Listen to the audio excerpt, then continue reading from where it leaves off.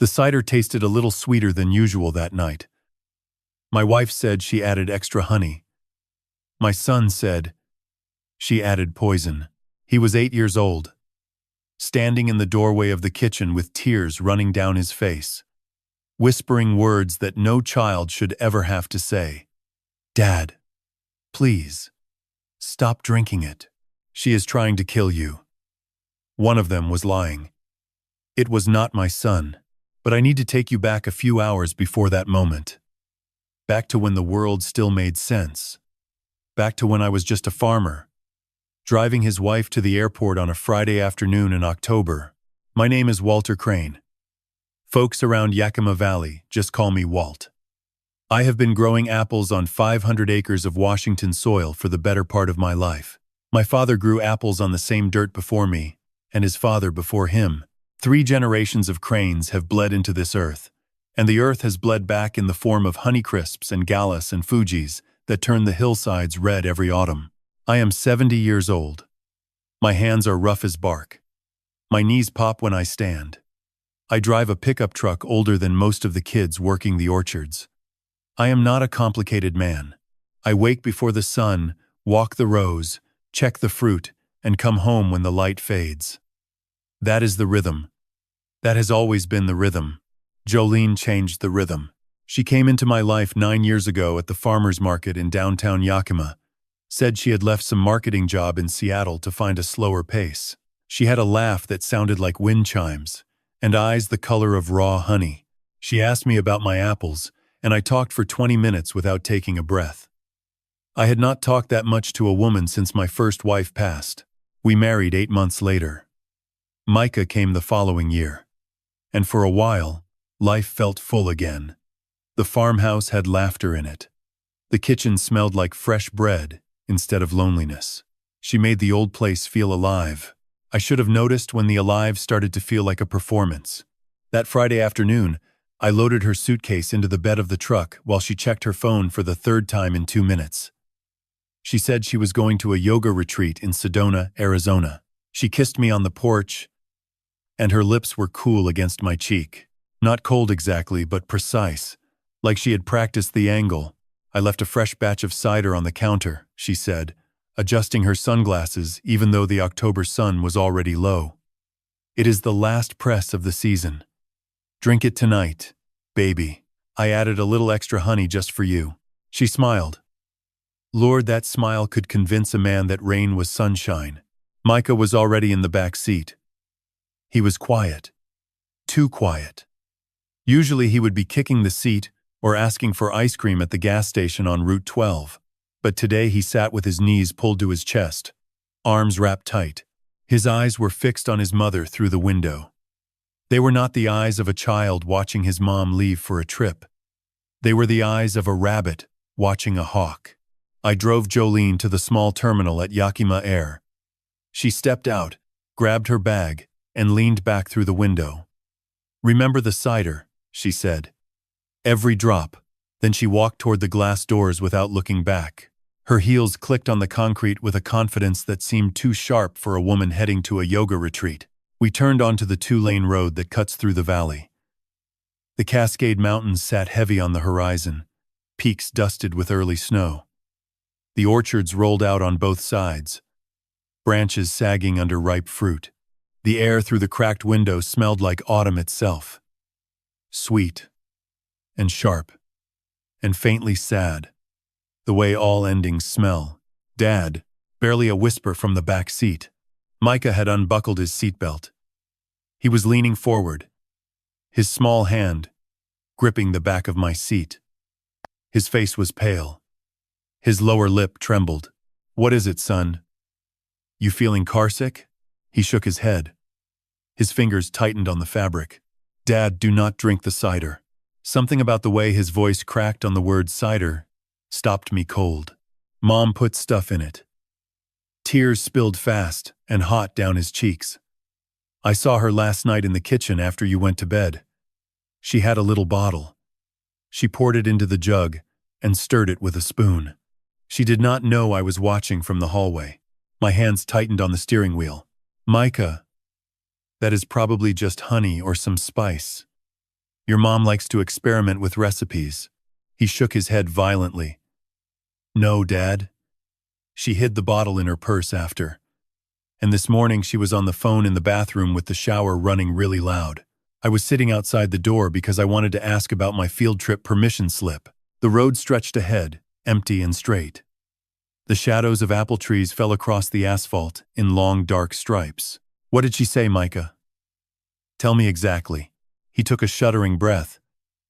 The tears dripped off his chin. She said, "It is almost done. The old farmer goes to sleep forever this weekend." She said, "Mr. Garrett, bring the papers.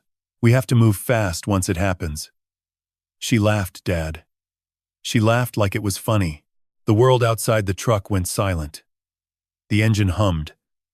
The wind pushed against the glass. But inside my head, everything stopped. Mr. Garrett. I did not know a Mr. Garrett. I had never heard that name in my house. Yet my wife was on the phone with him at 6 in the morning, talking about papers, about something happening this weekend, about the old farmer going to sleep forever. The old farmer. That was me. I pulled the truck to the shoulder. Tires crunched on gravel. I turned around and looked at my son. His face was red and wet. He was shaking so hard. His teeth chattered. He was not afraid of the dark or monsters under the bed. He was terrified of his own mother. "Dad," he whispered, "please do not go home tonight. She is hiding something really bad." I looked at this boy, 8 years old with dirt under his fingernails and a gap where his left canine used to be. He had never lied to me. Not once. Not about the broken window, not about missing cookies, not about the bad grade on his math test. Cranes do not lie. I put my hand on his knee. It was shaking. "I hear you, son," I said. My voice was steady, but my heart was slamming against my ribs. "I hear you." I did not turn toward home. Instead, I shifted into drive and turned the wheel toward a path no GPS would ever find. A dirt track swallowed by weeds and overhanging branches. The path that only cranes know. The path had not been driven in years. Blackberry vines clawed at the side mirrors. Low branches scraped the roof with a sound like fingernails on metal. The headlights carved a tunnel through the dark, illuminating nothing but tangled brush and faint tire ruts from a decade ago. My father used this road when he wanted to check the back 40 without being seen from the house. He said every farmer needs a way to walk his own land without anyone knowing. I never understood that until tonight. I drove slow, letting the truck crawl over roots and stones. Micah was in the back seat, his breathing shallow and fast like a cornered animal. I wanted to tell him everything was going to be fine, but I could not lie to him. He had given me truth, and he deserved truth in return. "Micah, I need you to do something brave. I am going to park behind the old equipment shed. You know the spot where we found that owl nest last spring?" He nodded. "Stay in the truck, lock the doors, get on the floor, and pull the blanket over you. No lights, no sound. Can you do that?" "Where are you going, Dad?" "I am going to walk home through the orchard.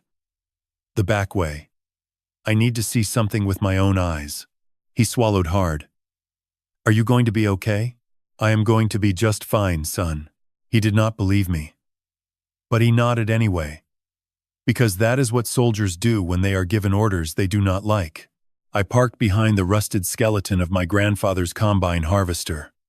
The clearing was hidden by walls of overgrown apple trees gone wild decades ago.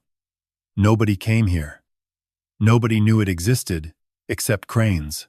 Micah climbed down to the floorboard and pulled the wool blanket over himself.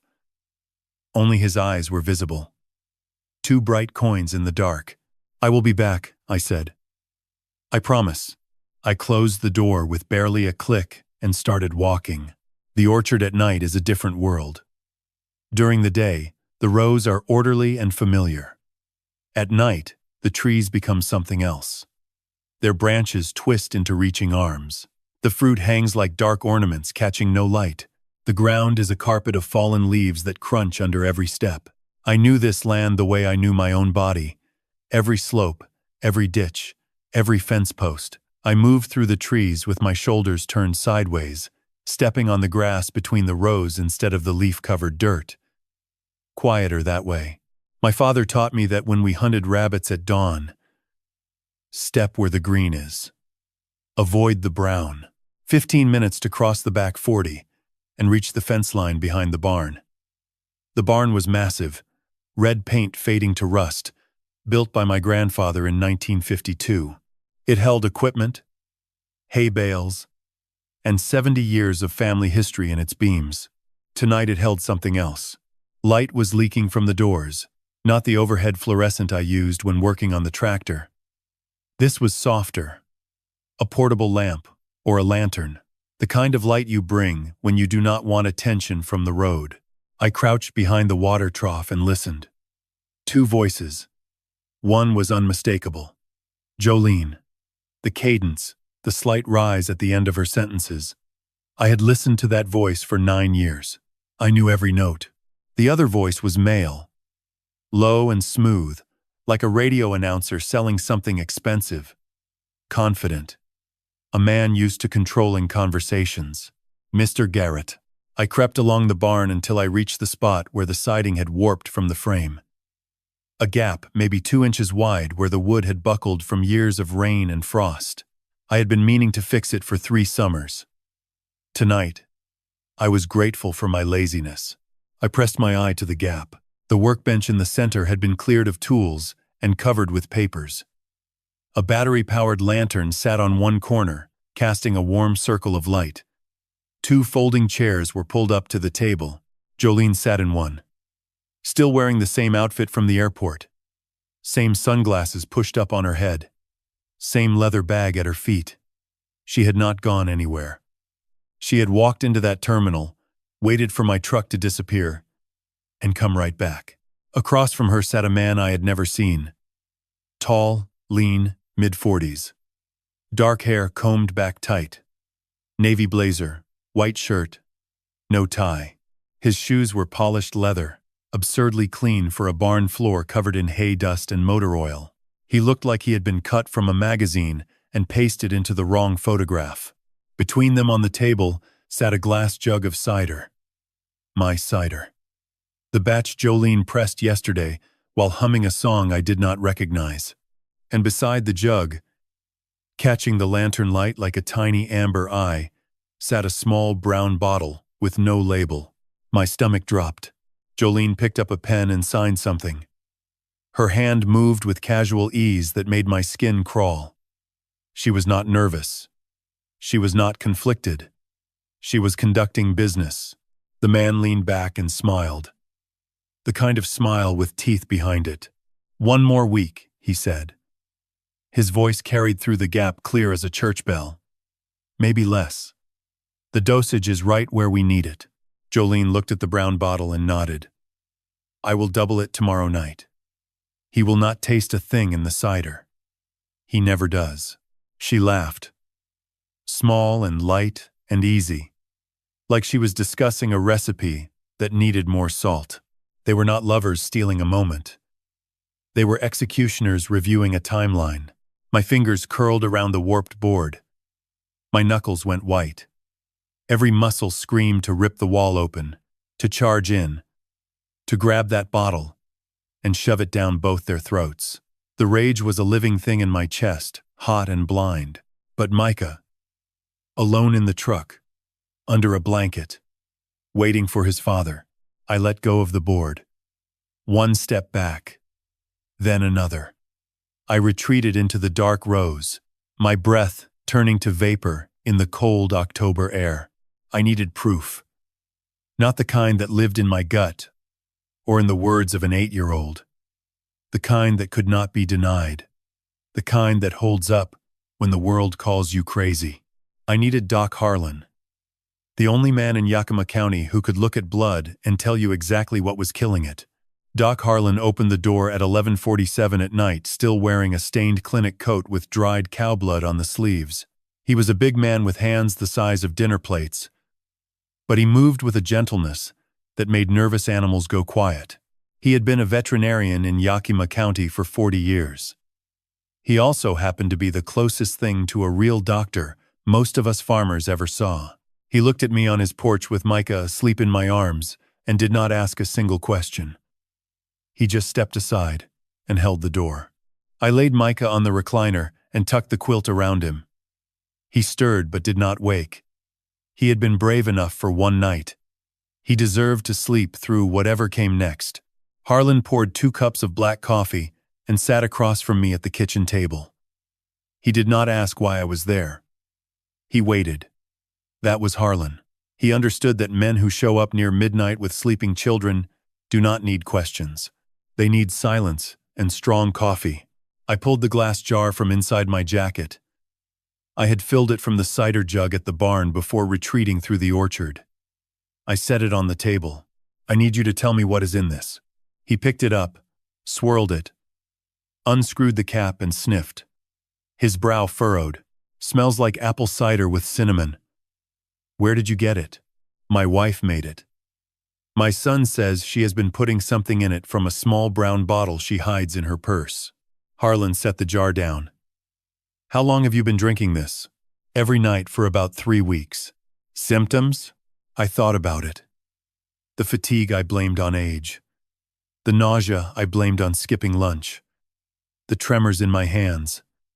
The dull ache in my lower back that never went away. Tired all the time. Stomach trouble. Hands shake. Back hurts. Harlan stood without a word. He went to his clinic room and came back with a leather bag, a syringe, rubber tubing, and 3 glass vials. He drew blood with the efficiency of a man who had stuck needles into 10,000 arms. He labeled the vials and set them in a portable centrifuge. Then he poured a cider sample into a separate testing vessel. While the machines hummed, we sat in silence. The kitchen clock ticked. Micah murmured in his sleep. Outside, a coyote howled somewhere in the valley. 2 years back, Harlan said quietly, the Hutchins farm lost 6 head of cattle in 3 weeks. Healthiest herd in the county. Just started dropping one by one. Slow decline. Could not eat. Could not stand. I ran every test I knew. Never figured out what killed them. He paused. Earl Hutchins was never the same after. Lost the herd. Lost the income. Lost the farm to the bank. Hung himself in his own barn 3 months later. Why are you telling me this? Because the symptoms you just described are exactly what those cows had before they died. The centrifuge beeped sharp and loud. Harlan pulled the results, fed the cider into an older toxicology analyzer he used for livestock poisoning cases. It whirred for 90 seconds. A slip of paper printed from the side. He tore it off. Read it once. Read it again. Sat down heavily and rubbed his face with both hands. Ricin, he said. The word landed like a stone in still water. Low dose. Chronic exposure. Derived from castor beans. Odorless. Tasteless. In a strong medium, like cider. At this concentration, it mimics natural organ failure. Kidneys first. Then liver. Then heart. His eyes were hard. Walt, if you had kept drinking this for 10 more days, I would not be running your blood work. I would be writing your cause of death as renal failure, and nobody would have thought twice. Not at your age. The kitchen shrank around me. I looked at the jar sitting on the table, golden and innocent in the overhead light. 3 weeks. Every night. Jolene handing me the glass with that sweet smile. For your lungs, baby. Drink it all. I had thanked her. Every single night I had looked my killer in the eyes and thanked her for the poison. Call Etta, I said. Sheriff Brightwater. Now. Harlan dialed. 1 ring. He said 6 words. Walt Crane is in my kitchen. Hung up. Etta arrived in 14 minutes through the back door without knocking. A compact woman, 5'5", built like a fence post, with silver-streaked black hair in a tight braid. Her family had been in this valley longer than the Cranes. She wore her badge even at midnight. She looked at me, then at the jar, then at Harlan. Tell me, she said. I told her everything. Micah's warning, the airport, the barn, the papers, Garrett, the brown bottle, the cider, the ricin. When I finished, Etta was quiet. She pulled a notebook from her pocket and wrote something down. I can have a warrant by morning. Arrest her before she steps foot in that house. I shook my head. No, Walt. She is poisoning you. Every hour you wait is an hour closer to a coffin. If we arrest her now, we catch a wife and a boyfriend. But what I saw in that barn was not a love affair, Etta. There were contracts on that table. Legal documents. Someone is buying my land, and they need me dead to close the deal. I want the whole machine. I want to know who Garrett is. I want to know who is behind him. I looked at Harlan. You said the Hutchins cattle died the same way. He nodded slowly. I looked back at Etta. Earl Hutchins killed himself after losing his farm. What if he did not lose it by accident? What if someone took it the same way they are trying to take mine? Etta stared at me. The clock ticked. Micah breathed softly in the next room. Then we play the long game, she said. But you do not drink another drop. You do not eat anything she prepares. And you do not let that boy out of your sight. Understood. She put her hand on my shoulder. Her grip was iron. We get them all, Walt. But we do it right. So tight that no lawyer on earth wiggles them free. I looked through the doorway at Micah, curled under the quilt. His small chest rose and fell. He had saved my life tonight. 8 years old, with dirt under his fingernails. He had seen the truth when everyone else was blind. Now it was my turn to protect him. Jolene came home on Sunday evening. I heard the rental car pull into the gravel drive just after 6.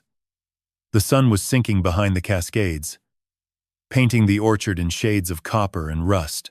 I was sitting in my recliner by the front window, wrapped in a wool blanket Micah had pulled from the hall closet. My hands rested on my lap, deliberately limp. My chin tilted slightly toward my chest. I looked like a man losing his war with time. That was exactly the point. She came through the front door carrying a small leather bag and a smile so perfect it could have been cut from a magazine. Her hair was freshly styled, her nails painted a shade of wine red I had never seen before. She smelled like jasmine and hotel soap. She did not smell like Sedona. She did not smell like the desert at all. She smelled like a woman who had spent the weekend in a temperature-controlled room reviewing documents with a man named Garrett Nash. Walt, honey, I am home, she said, her voice sweet enough to rot teeth. She crossed the room and placed her palm flat against my forehead. Her fingers were cold. You look terrible. Have you been eating? Micah? Has your father been eating? Micah was sitting cross-legged on the kitchen floor, drawing with crayons on the back of a grocery receipt.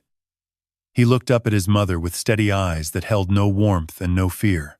He ate some toast, Micah said quietly. And he drank his cider. That was a lie.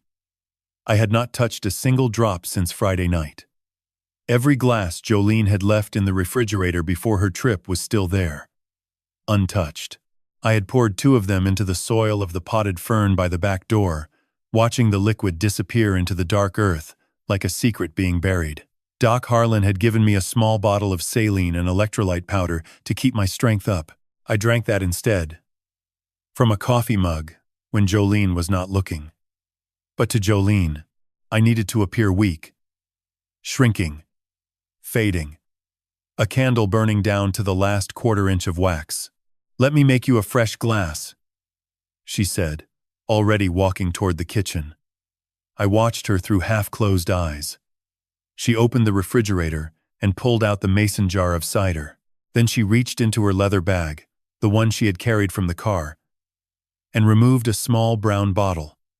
She held it low, behind the counter, and added 3 drops to the glass. She swirled the cider gently with a wooden spoon. Then she brought it to me with both hands, like a communion offering. Extra honey this time, she whispered. It will help your stomach. I wrapped my trembling fingers around the glass. The trembling was real, but not from weakness. It was from the effort of not throwing the cider in her face. I brought the glass to my lips. I let the liquid touch my mouth. I tasted the sweetness, felt the faint chemical bitterness underneath the honey, and then I coughed. A deep, rattling, theatrical cough that bent me forward in the chair. Cider spilled down the front of my flannel shirt. Jolene rushed to blot it with a kitchen towel. "Careful, careful," she cooed. "Small sips, Walt. Small sips." While she dabbed at my chest, I turned my head toward the potted fern and let the remaining cider dribble from the glass into the dark soil. By the time she looked back at me, the glass was nearly empty. She smiled. A real smile. Not the magazine kind. The kind that comes when a plan is working. "Good," she said softly. "You will feel better soon." I closed my eyes and let my head fall back against the recliner. I made my breathing slow and shallow. Through my eyelashes, I watched her pull out her phone and walk to the back porch. The screen lit up her face in the growing dark. She typed with both thumbs, fast and confident. I could not read the message, but I did not need to. I knew who was on the other end. Micah appeared beside me without making a sound. He placed his small hand on my wrist and squeezed twice. Our signal. It meant I am here. It meant I am watching too. I squeezed back once. That meant good boy. That meant stay ready. Monday morning arrived wrapped in fog. The valley was invisible beyond 50 feet, and the apple trees stood like gray ghosts in every direction. Jolene announced she was driving into town for groceries. She took the rental car and left before 8. I waited until the sound of the engine disappeared down the county road. Then I stood up from the recliner, straight and steady, and walked to the kitchen. I pulled out every jar and bottle from the refrigerator. 4 mason jars of cider, a pitcher of iced tea she had brewed on Thursday, and a half-empty bottle of lemonade. I lined them up on the counter. Then I took a small glass vial Doc Harlan had given me, a simple reagent that would change color in the presence of ricin compounds. I tested each container. The cider turned violet within seconds. All 4 jars. The iced tea remained clear. The lemonade remained clear. She was precise. She was disciplined. She only used the cider because she knew I drank it every single night without fail. 30 years of habit had become 30 years of vulnerability. I photographed every jar with the color test visible beside it. I sent the images to Doc Harlan and Sheriff Etta through a prepaid phone Etta had given me on Saturday. Then I poured the contaminated cider back into the jars, sealed them, and returned them to the refrigerator exactly as they were. Jolene would see full jars. She would assume I was drinking on schedule. She would report to Garrett that the dosage was working. Micah watched the whole process from the kitchen doorway. His eyes moved from jar to jar, from the violet reagent to my steady hands, from the phone screen to my face. He did not speak. He did not need to. He understood that his father was no longer a dying man stumbling toward the grave. He understood that his father was a trap, baited and set, waiting for the right moment to close its jaws. That evening, Jolene returned with grocery bags and a fresh bottle of honey. She made dinner: roasted chicken, green beans, and cornbread. She poured me a glass of cider without being asked. I accepted it with shaking hands. I brought it to my lips. I let it touch my tongue. And when she turned to check the oven, I emptied the glass into the potted fern beside the recliner. The fern was already beginning to yellow at the edges.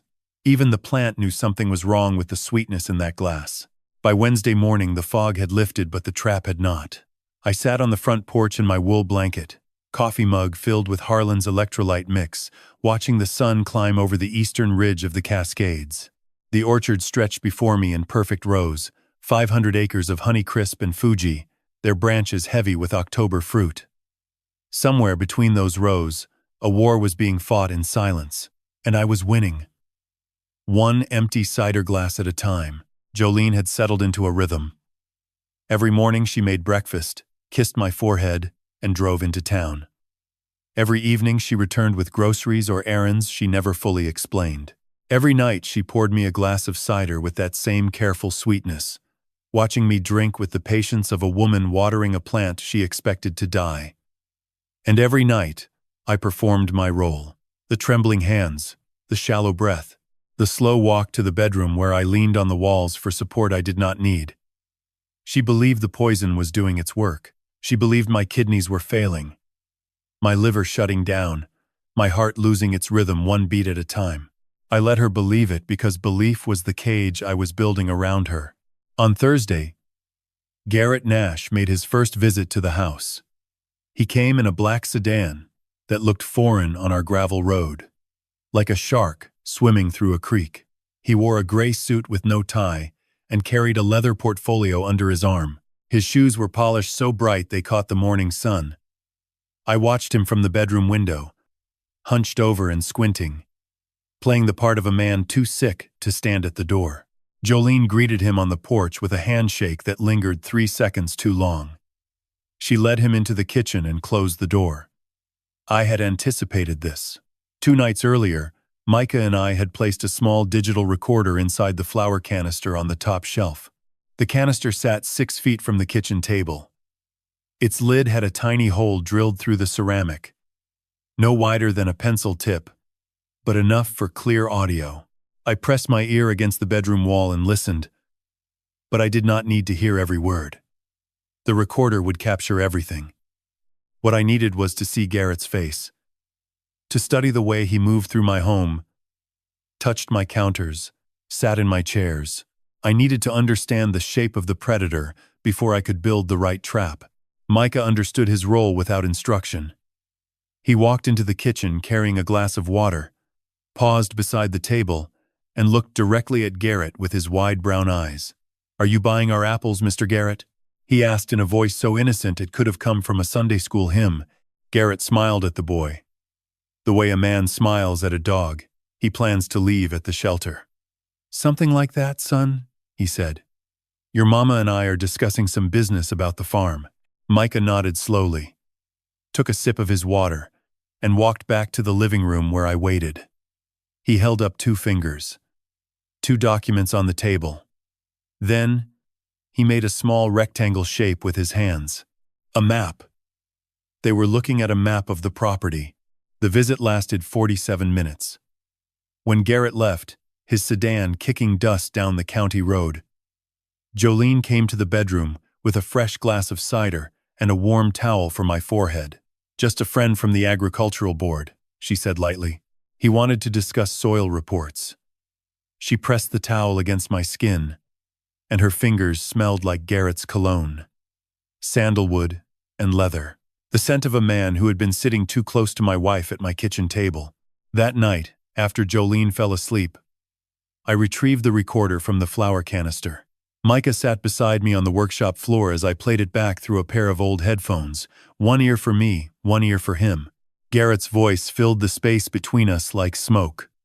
He spoke about the property in terms I recognized from my years building Crane Organics. Appraisal value, subdivision potential, water rights transfer. He mentioned a buyer in Seattle willing to pay $14 million for the full parcel, but only if the deed was clear and the owner was deceased or declared incompetent. "He is not going to last another 2 weeks, Jolene said on the recording. Her voice was flat, clinical, like a nurse reading a chart. "The dosage is higher now. He barely finishes a full glass before he starts coughing." "Good," Garrett replied. "I have the power of attorney paperwork ready. Once he is in the hospital, you sign as his medical proxy. We transfer the deed within 72 hours. Clean and quiet." I paused the recording. Micah was gripping his crayon so hard it snapped in half. I placed my hand over his and held it there until his fingers relaxed. "We are not going to let that happen," I whispered. "Not 1 acre. Not 1 tree." The next morning, Friday, I called Sheriff Etta from the prepaid phone while Jolene was in town. I played her the recording over the speaker. She was silent for a long time after it ended. Then she said 2 words that changed the direction of everything. Garrett Nash. She knew the name. Not from Yakima. From a case file 3 counties south, in Klickitat. 4 years earlier, an elderly rancher named Earl Hutchins had died of what the coroner called natural organ failure. His widow sold the ranch 6 weeks later to a development company for a fraction of its value. The buyer's representative was a man in a gray suit with polished shoes and a leather portfolio. His name on that deal was Gerald Naughton, but the physical description matched Garrett Nash down to the cleft in his chin.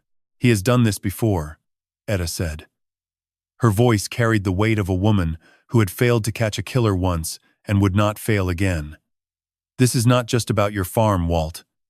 This is a pattern, a machine. And your wife is the newest part he installed." I stood at the workshop window and looked out at my orchard. 500 acres of trees my grandfather planted. My father watered. And I had grown into an empire no one knew I owned. Garrett Nash saw dirt and dollar signs. He saw an old man and a young wife and a clear path to $14 million. He did not see the cameras Micah was about to hide in the barn. He did not see the network of allies closing around him like the walls of a canyon. He did not see the harvest coming. "Tell me what you need from me," I said to Etta. "Keep dying," she replied. "Die slower. Die louder. Make him come back to the house. Make him bring his paperwork. And when he does, we will have everything." I hung up the phone and looked at Micah. He was already holding the small trail camera we used for tracking deer in the eastern grove. He turned it over in his hands, checking the battery, testing the motion sensor with a wave of his palm. 8 years old and already a soldier in a war he never asked to fight.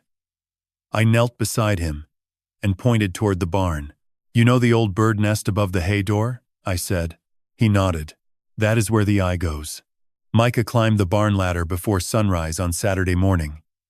I stood below in the dark, one hand on the lowest rung, the other holding a flashlight aimed at the ground so the beam would not reach the windows. The boy moved like water up those rungs, silent and sure, his sneakers gripping the wood with a confidence that made my chest ache. He was 8 years old. He should have been climbing trees to pick apples, not planting surveillance equipment in a barn where his mother plotted his father's murder. The nest sat above the hay door on the eastern wall, a broad tangle of sticks and dried grass built years ago by a pair of red-tailed hawks that had long since moved on. It was the perfect hiding spot, high enough to capture the full interior of the barn below, deep enough to conceal the camera body behind a wall of twigs. The lens would peer out through a gap no larger than a quarter, aimed directly at the table where Jolene and Garrett conducted their business. Micah secured the trail camera with a strip of wire, angled the lens downward, and activated the motion sensor. He tested it by waving his hand across the beam. A tiny red light blinked once, and then went dark. He gave me a thumbs down from the loft. Our signal. It meant the camera was live, and the indicator light was off. No one looking up would see anything but an abandoned nest and shadows. He climbed down and stood beside me in the cool morning air. His hands were dusty and his knees were scraped from the rough wood. I brushed the dirt from his jeans and pulled a piece of straw from his hair. "Good work," I said. He nodded once, the way soldiers nod after completing a mission they know is only the beginning. The camera ran on a rechargeable battery that lasted 72 hours. Every 3 days, Micah would wake before dawn, cross the yard in the dark, climb the ladder, swap the memory card, and return to the house before Jolene's alarm sounded at 6:30. He never missed a rotation. He never made a sound. The boy had turned the barn into a confession booth, and every visitor who entered spoke freely beneath the silent eye in the nest. The first card gave us everything we feared and more. I played it back on Sunday night in the workshop. The door locked, the windows covered with old feed sacks. The footage was grainy, but clear enough. Garrett arrived Saturday afternoon while I was sleeping, or pretending to sleep, in the bedroom. Jolene met him at the barn door. They sat at the table with a fresh set of documents. Garrett spread a county survey map across the surface and circled 3 parcels with a red marker. My 500 acres and 2 neighboring farms. "The Whitfield place closes next month," Garrett said, tapping the map. "The daughter already signed. She thinks she is selling to an agricultural trust. And the Benavides parcel?" Jolene asked. Pending. The old man is stubborn, but his health is not great either. We might need to accelerate that one. Garrett paused, then looked directly at Jolene. How is Walt? Jolene folded her arms and leaned back in the chair. Slower every day. He could not finish his dinner last night. His hands shake so badly, he drops his fork. I give him the glass at 8 every evening, and he drains it by 8:15. He trusts the cider the way he trusts the sunrise. Garrett nodded. The medical proxy papers are ready. The moment he is hospitalized, you sign as next of kin. I file the competency motion the same day. 72 hours after that, the deed transfers to Pacific Ridge Holdings. Clean title. No heirs contesting. What about the boy? Jolene said. The question hung in the air like a blade suspended from a string. Garrett waved his hand as if swatting a fly. The boy goes to the state. Or your sister in Portland. Either way, he is not a legal obstacle. He is 8. He has no standing. I stopped the footage. My hands were flat on the workbench, pressing down so hard the wood groaned under my palms. Micah sat beside me, his face lit by the blue glow of the screen, his eyes dry and wide. He had just watched his mother discuss his future, as though he were a piece of furniture to be stored or discarded. I wanted to say something that would erase what he had heard. I wanted to tell him his mother loved him in some hidden chamber of her heart that the camera could not reach. But I would not lie to my son. Not now. Not after everything. She is not going to send you anywhere, I said. You are a Crane. You stand on Crane land. That is the only truth that matters. He leaned his head against my arm and closed his eyes. I felt his breathing slow against my sleeve. In that moment, he was not a soldier or a spy. He was a tired little boy who wanted his father to fix the world, and I intended to. The second card, pulled on Tuesday before dawn, revealed a visitor I had not expected. A tall woman in a dark blue coat arrived at the barn on Monday afternoon. She carried a briefcase and spoke with the clipped precision of someone trained in courtrooms. Garrett introduced her as Claire Duchamp, a notary and title specialist. She reviewed the forged documents, compared signatures, and stamped 3 pages with an official seal. She asked no questions about the property owner. She asked no questions about the medical proxy. She simply stamped, signed, and placed her copies in the briefcase. I photographed every frame of that footage and sent the images to Sheriff Etta on the prepaid phone. Etta called back within the hour. Her voice was tight and low. Walt. Claire Duchamp is a name I have seen before. She notarized the Hutchins deed transfer 4 years ago in Klickitat. Same briefcase, same coat. This is not a 2-person scheme. This is an operation. Garrett has a network. How many families? I asked. I am reaching out to the FBI field office in Seattle. If the pattern holds, we are looking at 4, maybe 5 elderly landowners across 3 counties, all dead or incapacitated. All properties sold within weeks of death to shell companies. I stared at the frozen image on the screen. Claire Duchamp's hand pressing a metal seal onto a stolen deed. Garrett's red circles on the county map. Jolene's voice, asking what happens to the boy. 5 families. 5 farms. 5 lives swallowed by a machine designed to consume old men and the land they loved. The harvest festival is in 9 days. I said to Etta. Every family in the valley will be there. Every farmer. Every neighbor. If we are going to break this open, that is where we do it. Etta was quiet for a long moment. Then she exhaled slowly, the way a woman does when she has made a decision she cannot take back. Then we better make sure every piece of evidence is ready to serve, she said. Because once we open this door, Walt, it does not close. I looked at the screen one last time. Then I looked at Micah, asleep now on the workshop floor, curled around a pillow he had dragged from the house. The camera in the nest would keep recording. The cards would keep turning, and the harvest was coming closer with every dawn that broke over my orchard.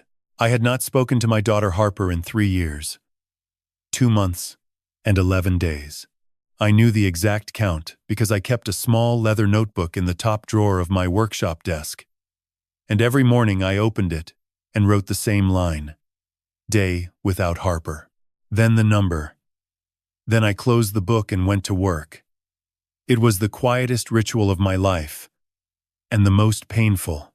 Harper Jean Crane, 34 years old.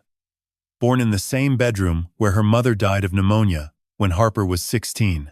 She had her mother's jaw, sharp and certain, and her mother's way of standing in a doorway with her arms crossed like she was guarding whatever room she had just entered. She left Yakima at 18 with a scholarship to the University of Washington, studied agricultural business, graduated with honors, and never came back. Not for Thanksgiving, not for Christmas, not even when I remarried. The silence between us did not begin with Jolene. It began with me. When her mother passed, I buried my grief in the orchard, the way a man buries a stone in wet soil. I pushed it down and planted Rose on top of it, and told myself that work was the same as healing. Harper needed a father who could sit with her and cry. She needed arms around her and words that made the world feel less empty. Instead, she got a man who woke at 4 in the morning and disappeared into 500 acres of trees until the sun went down. I failed her in the most ordinary way a father can fail. I was present in body and absent in everything else. When Jolene arrived 9 years ago, whatever thread still connected Harper and me finally snapped. Harper saw what I could not. She saw a woman 31 years younger than her father, beautiful and attentive, who appeared from nowhere at a farmer's market and suddenly lived in the house where Harper's mother had died. Harper called me once, 6 months after the wedding, and said words I can still hear in the dark. You replaced her, Dad. You moved that woman into Mom's kitchen, and you did not even ask me. I told her she was wrong. I told her Jolene was kind, and that loneliness was a disease the orchard could not cure. Harper hung up. That was the last time I heard her voice. 3 years, 2 months, and 11 days of silence. Every letter I sent came back unopened. Every voicemail went unanswered. I stopped trying after the first year because I believed she needed space. I did not know that the reason she stopped responding was not grief. It was Jolene. Sheriff Etta discovered the truth on Wednesday, 6 days before the Harvest Festival. She had requested Harper's phone records as part of the broader investigation into Garrett's network. What she found made her drive to my workshop at 10 in the morning with a manila folder and a look on her face that I had only seen once before, when she told the Hutchins widow that her husband's death was not natural. Walt, sit down, she said. I sat on the workbench stool. Micah was at school. Jolene was in town. The workshop smelled like sawdust and old motor oil, the same smell it had carried for 60 years. Etta opened the folder and placed 3 printed pages on the bench. They were text messages sent from my phone number to Harper's phone over the past 3 years. Except I had never sent them. The first message, dated 14 months ago, read, Harper, stop calling. You are not welcome here anymore. Jolene is my family now. You made your choice.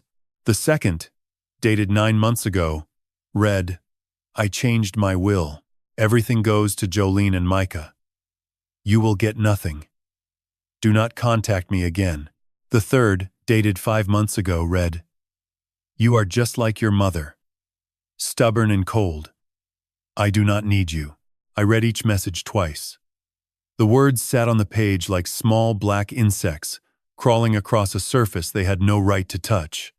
My hands began to shake, and this time, the trembling was not an act. It was the fury of a man discovering that the woman sleeping beside him had stolen his daughter with a handful of poison sentences typed into a phone he left, charging on the kitchen counter every night. I never wrote these, I said. My voice was hoarse. I know, Etta replied. The messages were sent from your device, but the typing pattern and send times match periods when you were either asleep or at the clinic with Harlan. Jolene had access to your phone every night. 3 years of silence. 3 years of believing Harper had chosen to forget me.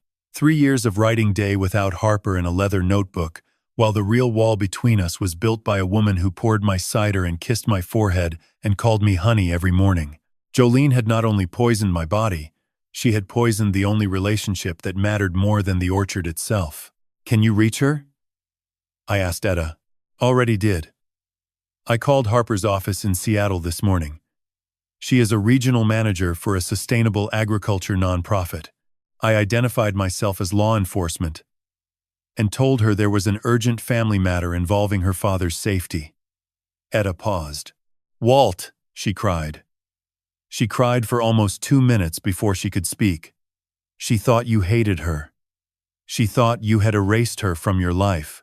I pressed my palms against my eyes and held them there. The workshop was silent, except for the hum of the old refrigerator in the corner and the distant sound of wind moving through the apple trees. Somewhere on that wind was every word I should have said to my daughter, and never did. Every letter that came back unopened because Jolene had intercepted them at the mailbox. Every voicemail that went unanswered because Jolene had blocked my number on Harper's phone during one of their early visits, before Harper stopped coming altogether. "She is driving down Friday," Etta said quietly. "She wants to see you before the festival." I lowered my hands. The workshop came back into focus. The tools on the wall, the jars of nails sorted by size, the photograph of my wife, my first wife, pinned above the workbench with a single thumbtack. She was standing under the oak tree in a white dress, laughing at something I had said that I could no longer remember. She would have known what to do with Harper. She always knew. "Friday," I repeated. "Friday." Etta confirmed. I told her to come straight to Harlan's clinic, not to the house. "Jolene cannot know she is here." "Not yet." I nodded. 2 days. In 2 days, I would see my daughter. For the first time in over 3 years. I would have to look her in the eye and explain that the words she believed were mine had been written by a stranger wearing my wife's face. I would have to tell her that her father had been too blind to see the wall being built between them, brick by poisoned brick. And I would have to ask her for something no father should ever need to ask his grown child. Forgiveness for a silence that was never mine.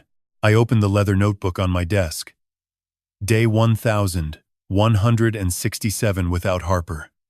I stared at the number. Then I picked up a pen and drew a single line through it. Not because the silence was over yet, but because for the first time in 3 years, I knew it was about to end. Harper arrived on Friday just before sunrise.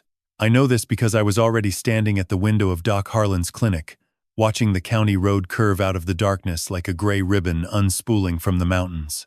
The sky was the color of bruised plums, that fragile moment between night and day when the valley holds its breath, and the cascades are nothing but silhouettes cut from black paper. I had not slept. I had not tried. Harlan had given me the back examination room for the night. Micah slept on a cot beside me, curled under a quilted blanket with his sneakers still on. I did not have the heart to remove them. The boy had walked through enough darkness this week. If keeping his shoes on made him feel ready to run, then he could sleep in them until Christmas, for all I cared. The headlights appeared at 5:17 in the morning.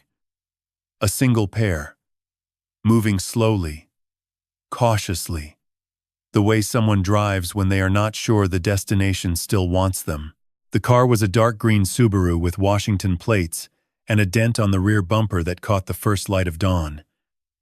It pulled into Harlan's gravel lot and stopped. The engine died. The headlights went dark. And for almost 2 full minutes, nothing happened. The driver's door did not open. No shadow moved behind the glass. She just sat there in the silence of a valley she had not seen in over 3 years, gathering the courage to step onto soil that used to be home. I walked to the front door of the clinic and opened it.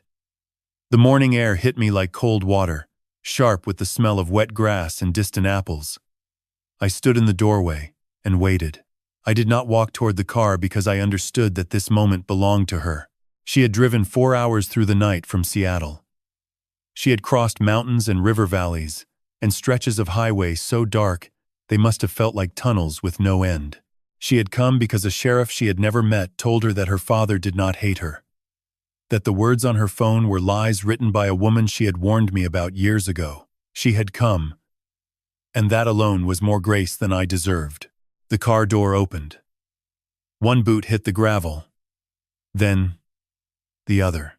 She stood slowly, unfolding from the driver's seat the way tall women do, one limb at a time. And when she was fully upright, I saw her face for the first time. In 1,169 days. She looked like her mother. Not a little, not around the edges. She looked exactly like Ruth Ann Crane standing under the oak tree in 1986, the year we married, the year the orchard produced its first 10,000 bushels, the year I believed nothing could ever go wrong. Harper's hair was shorter now, cut just below her jaw, dark brown with a single streak of early gray near her left temple. She wore a canvas jacket over a flannel shirt, jeans, and boots that had seen real mud. No jewelry, no polish on her nails. She looked like a woman who had spent the last 3 years building something with her hands because the people she loved had stopped reaching for her. She took one step toward the clinic door, then another. Then she stopped.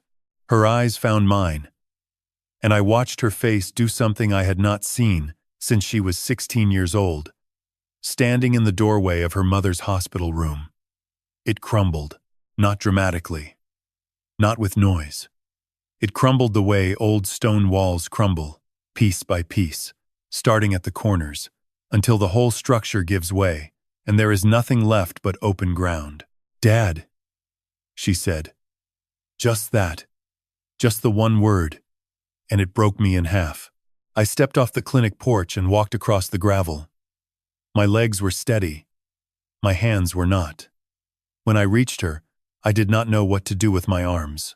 I had spent 3 years writing numbers in a notebook, and I had forgotten how to hold my own daughter. She solved the problem for me.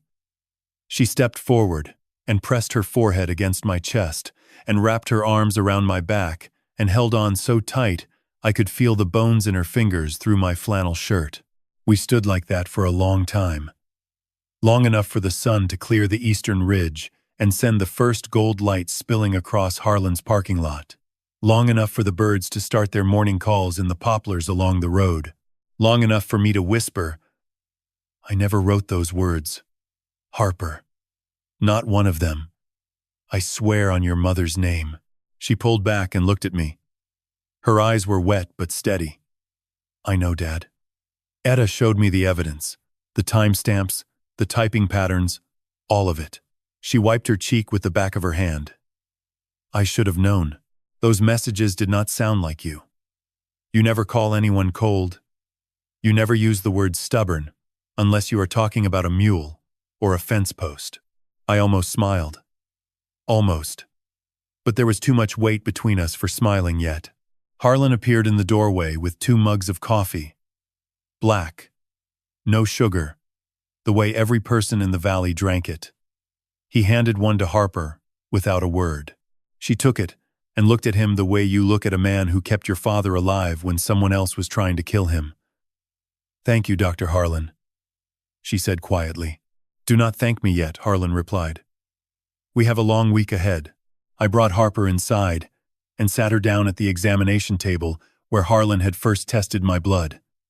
I told her everything. The cider, the ricin, Garrett Nash, and his network of forged deeds and dead farmers, Claire Duchamp and her notary stamps, Pacific Ridge Holdings, and the $14 million plan to swallow the valley, one farm at a time. Jolene's role as the newest weapon in a machine that had already consumed Earl Hutchins and possibly 4 other families across 3 counties. I told her about the camera in the barn, the recordings, the trail of evidence Micah had helped me build frame by frame, card by card, sunrise by sunrise. Harper listened without interrupting. Her jaw tightened the way her mother's used to tighten when she was processing something that made her angry. When I finished, she set her coffee mug on the counter and looked at me with eyes that had turned from grief to iron. "What do you need from me?" she asked. Before I could answer, a small voice came from the hallway. "Are you Harper?" We both turned. Micah stood in the doorway of the back room, his blanket trailing behind him like a cape, his sneakers untied, his hair pressed flat on one side from the pillow. He had never met his half-sister. He had only heard her name in the stories I told him at bedtime, stories about a girl who could name every apple variety by taste alone, who once climbed the old oak tree so high the fire department had to bring her down. Harper knelt on one knee. She was eye level with him now, her face soft in a way I had not seen since she was a child herself. "I am Harper," she said, "and you must be Micah." He studied her for a moment. Then he walked forward, reached into his pajama pocket, and pulled out a folded piece of paper. He handed it to her without a word. She unfolded it carefully. It was one of his drawings. The old oak tree, thick and green, with 3 figures standing beneath it. A tall man, a tall woman, and a small boy between them, holding both their hands. Harper pressed the drawing against her chest and closed her eyes. When she opened them, she looked at me, and for the first time in 3 years, I saw something I had forgotten existed in our family. Hope. Jolene believed she was winning. I could see it in the way she moved through the house on Saturday morning, humming a melody I did not recognize, wiping the kitchen counter with long, lazy strokes as though she were polishing the surface of a life she had already claimed. She poured my cider at breakfast for the first time, breaking her own routine, and set the glass beside my plate with a confidence that bordered on celebration. She was accelerating. Garrett must have told her the timeline was moving faster than expected. I sat at the kitchen table in my wool blanket, shoulders hunched, fork trembling over a plate of scrambled eggs. I could barely pretend to eat. My performance had reached its final act. Every cough was measured. Every stumble from chair to counter was choreographed. I had become the ghost of myself, and Jolene watched my decline with the satisfied patience of a gardener watching the last leaves fall from a tree she had poisoned at the root. "You should stay in bed today," she said, touching my shoulder with fingers that smelled like hand cream and deceit. "I will bring your lunch up. Maybe some soup. And your cider, of course." "That sounds nice," I whispered, letting my voice crack at the edges. She smiled. I memorized the shape of that smile because I wanted to remember it when the moment came to take it away. After she drove into town at 9:30, I moved fast. I changed out of the blanket, pulled on my work boots, and walked to the workshop where Harper and Micah were already waiting. Harlan arrived 10 minutes later in his old truck, the tailgate rattling over the gravel like a drum roll. Sheriff Etta pulled in behind him in an unmarked sedan. And then, 3 minutes after Etta, a black SUV with tinted windows rolled to a stop at the edge of the property. 2 people stepped out, a man in a dark jacket and a woman with short silver hair and a badge clipped to her belt. "Walt," Etta said.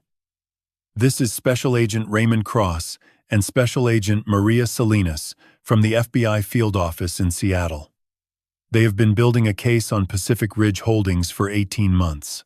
Your evidence just gave them what they needed to move." Agent Cross shook my hand with a grip that was firm but careful. "The way you shake the hand of a man who is supposed to be dying. Mr. Crane, your recordings and the footage from the barn camera have been reviewed by our forensic team. Combined with the Hutchins case files and 2 additional complaints from Klickitat and Chelan counties, we have enough to indict Garrett Nash, Claire Duchamp, and at least 3 other associates on federal charges including wire fraud, elder abuse conspiracy, and attempted murder." Agent Salinas spread a large map across my workbench. It was a federal version of the county survey map. Garrett had been circling with his red marker. But this map had blue pins. 5 of them. Each pin marked a farm where an elderly owner had died or been declared incompetent in the past 6 years. Each farm had been sold within weeks to a shell company linked to Pacific Ridge Holdings. Each transaction had been notarized by Claire Duchamp, and at the center of every deal, like a spider sitting in the middle of a web spun from forged signatures and stolen land, sat Garrett Nash. "The Hutchins farm was the first," Salinas said, tapping the southernmost pin. "Earl Hutchins died 4 years ago. Cause of death was listed as multi-organ failure. His widow, Margaret, sold the ranch 6 weeks later to what she believed was an agricultural trust. The buyer was Pacific Ridge. The sale price was $400,000. The actual market value was $3.2 million. I stared at the map. 5 farms, 5 families, 5 blue pins that represented lives consumed by a machine I had nearly fed my own body into. Harlan stood beside me, his arms folded across his broad chest, his jaw set in that particular way it set when he was thinking about Earl Hutchins and the cattle that died before the farmer did. Harper stepped forward and studied the map with the sharp, analytical eye of a woman who had spent the last decade working in agricultural land rights. "The shell companies," she said. "Are they all registered in the same state?" "Delaware," Cross confirmed. 6 different LLCs, all registered within a 14-month window, all sharing the same registered agent. A law firm in Wilmington that specializes in anonymous incorporations. "Can you trace the money?" Harper asked. "We already have." The proceeds from each sale were funneled through 3 intermediary accounts before landing in a trust controlled by Garrett Nash under the name Gerald Naughton. Total assets currently frozen by federal court order as of yesterday morning. $14.6 million. The room was silent for a moment. $14.6 million. Stolen from dying men and grieving widows and soil that had been in families for generations. I thought about Margaret Hutchins sitting alone in a rented apartment in Goldendale, believing her husband had simply gotten sick and died, never knowing that the man in the gray suit had fed poison to his cattle first as a trial run before moving on to human targets. "What do you need from us?" I asked. Cross looked at Etta, then at me. "We need Garrett Nash on camera, in your barn, discussing the Crane property transfer with your wife. We need him to reference the medical proxy, the power of attorney, and the timeline for your incapacitation. If he mentions any of the other properties or any of his associates by name, that gives us conspiracy charges that extend the sentence from 15 years to 30. "He is coming back," I said. "He has been here 3 times in the past week. He is getting impatient. He thinks I have days left, not weeks." "Then we let him come," Etta said. "And we let the camera in the nest do what it has been doing." Harper raised her hand slightly, the way she used to raise it in school when she had an idea the teacher had not considered. "The Harvest Festival," she said. "Next Saturday. Every family in the valley will be there. The Hutchins widow, the Whitfield daughter, the Benavides family. If you want to dismantle this network publicly and protect every remaining landowner in 3 counties, you do it there. You do it in front of the people who lost everything." Cross exchanged a glance with Salinas. I watched something shift behind his eyes, the careful recalculation of a federal agent, realizing that the best courtroom in the world is sometimes a wooden stage under an 80-year-old oak tree, surrounded by 500 acres of apple trees and 200 farmers who know each other by name. "That is a 6-day window," Salinas said. "We would need final evidence collection, a secure staging area, undercover agents in position, and full coordination with local law enforcement. You will have it," Etta said. "This is my valley. I know every face, every truck, and every back road from here to the Cascades. You bring the warrants, I will bring the people." Harlan cleared his throat. "And I will bring the medical testimony. Every toxicology report. Every blood panel. Every photograph of what that poison did to Walt's body over 9 months. I want a jury to see what ricin does to a 70-year-old man who was too stubborn to die on schedule." I looked around the workshop. My daughter studying a federal evidence map. My doctor preparing testimony. My sheriff coordinating with agents who had spent 18 months hunting the same ghost. My 8-year-old son sitting quietly in the corner, drawing on the back of an old feed receipt, adding a 6th figure to his picture of the oak tree. A woman in a dark jacket. A woman with short silver hair. The family was growing. 6 days, I said. Then we harvest. The calls began on Sunday evening. Etta made the first one from the workshop. Her voice steady and low. The way a woman speaks when she knows the words she is about to deliver will tear open wounds that never fully closed. I sat across from her at the workbench, listening, because I needed to hear what this machine had done to people beyond my own blood. The first call went to Margaret Hutchins in Goldendale. She was 71 years old and living alone in a 2-bedroom apartment above a hardware store. Her husband Earl had been dead for 4 years. She still believed he died of natural organ failure, brought on by age and stress and a lifetime of working cattle in the heat. Etta told her the truth. She told her about the ricin.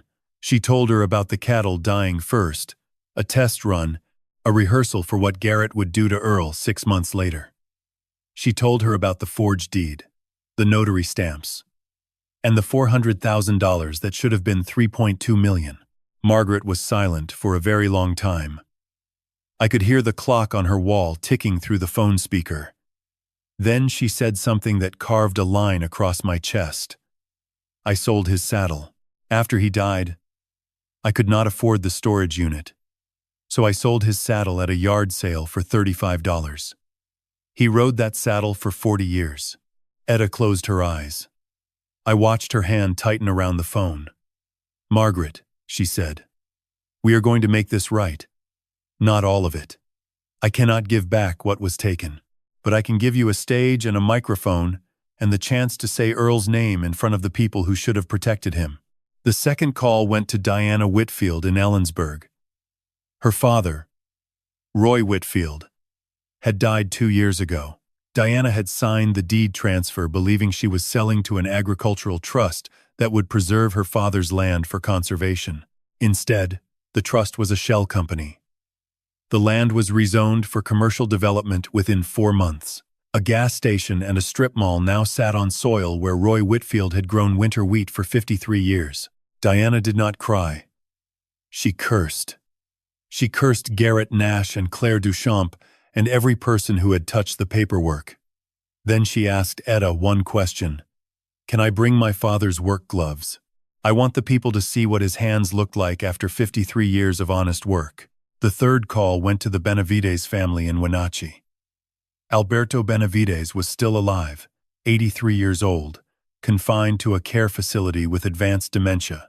His granddaughter, Sophia, had been fighting a legal battle for 18 months to reverse a deed transfer she believed was fraudulent.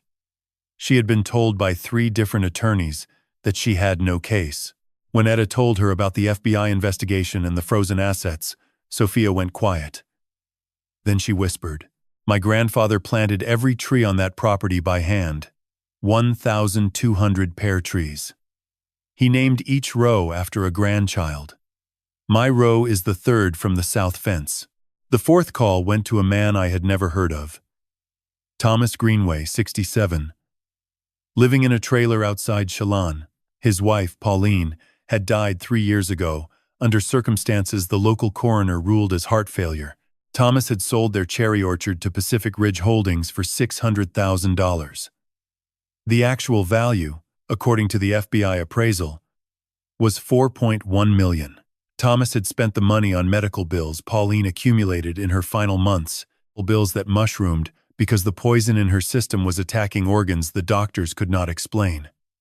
When Etta told him that Pauline may have been murdered, the line went dead. She called back 4 times. On the 5th attempt, Thomas answered. His voice was flat and hollow, like a bell with the clapper removed. Tell me where to be, he said, and I will be there. 4 families, 4 stolen lives, 4 voices that would stand under the oak tree on Saturday and speak the names of the people Garrett Nash had buried beneath forged paper and chemical silence. I wrote each name in my leather notebook that night. Earl Hutchins, Roy Whitfield, Alberto Benavides, Pauline Greenway. I wrote them below the crossed-out number, below the line that once counted days without Harper, in a space I reserved for debts that demanded payment. By Wednesday, the festival preparations had taken on a double life. On the surface, the Crane Harvest Festival was what it had always been, a celebration of the valley's apple season, held on the south meadow of the Crane farm beneath the 80-year-old oak tree. Neighbors brought pies and preserves. The volunteer fire department set up a cider press. Children ran between the stalls while their parents argued about the best Honeycrisp of the year. I had hosted this festival for over 30 years, and it was the one weekend the valley came together as a single body. Beneath that surface, a second architecture was being assembled. Agent Cross positioned 3 undercover agents in the vendor area, posing as a beekeeper, a jam seller, and a photographer from the county newspaper. Agent Salinas established a communications post in the back of Harlan's truck, parked behind the equipment shed with a clear line of sight to the stage. Etta coordinated arrival times for the 4 families, staggering their entrances so Garrett and Jolene would not notice unfamiliar faces clustering together. Harper handled the stage logistics. She arranged for a sound system borrowed from the community church, 2 wireless microphones, and a portable screen connected to a laptop that could display video evidence. She tested every cable and connection twice. She was her mother's daughter in that way. Meticulous and relentless, refusing to leave any detail to chance. Jolene noticed none of it.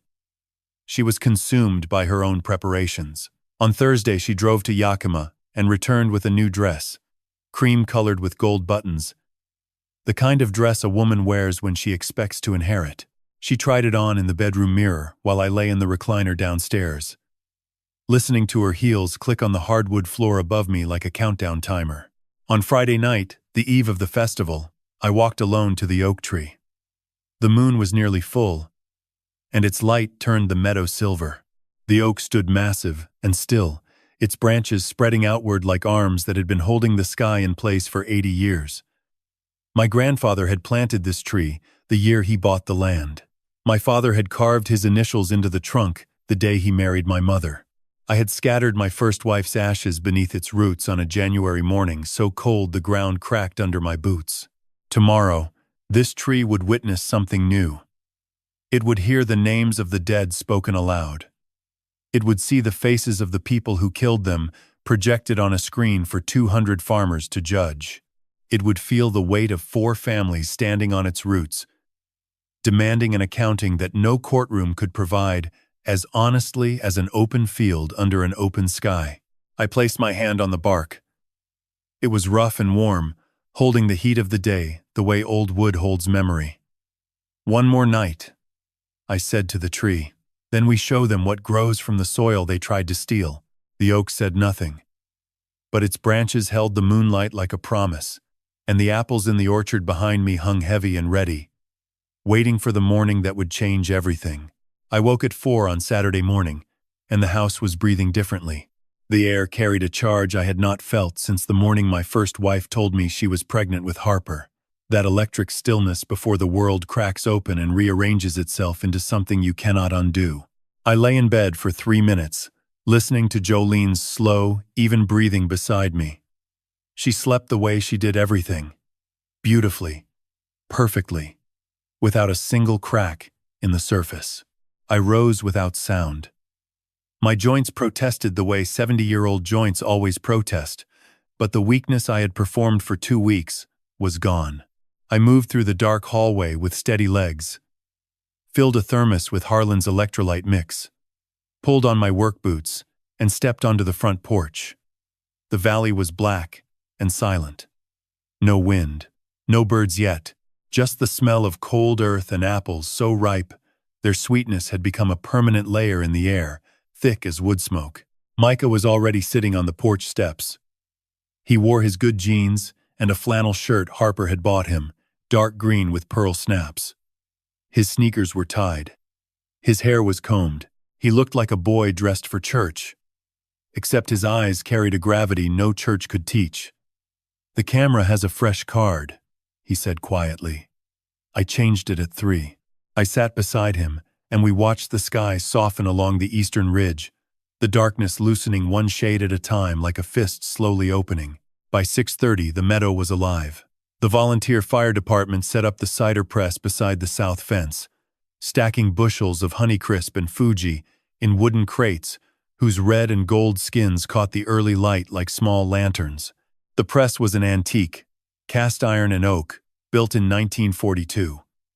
It made a deep, slow groan when it turned, like the earth complaining about the weight of its own generosity. Pie tables went up next, 12 folding tables in a horseshoe beneath the oak tree. Covered in checkered cloths, the valley women had been ironing since Wednesday. Martha Clemens brought her blackberry crumble. Old Pete Morales carried a Dutch apple pie, with a lattice crust so precise it looked like engineering.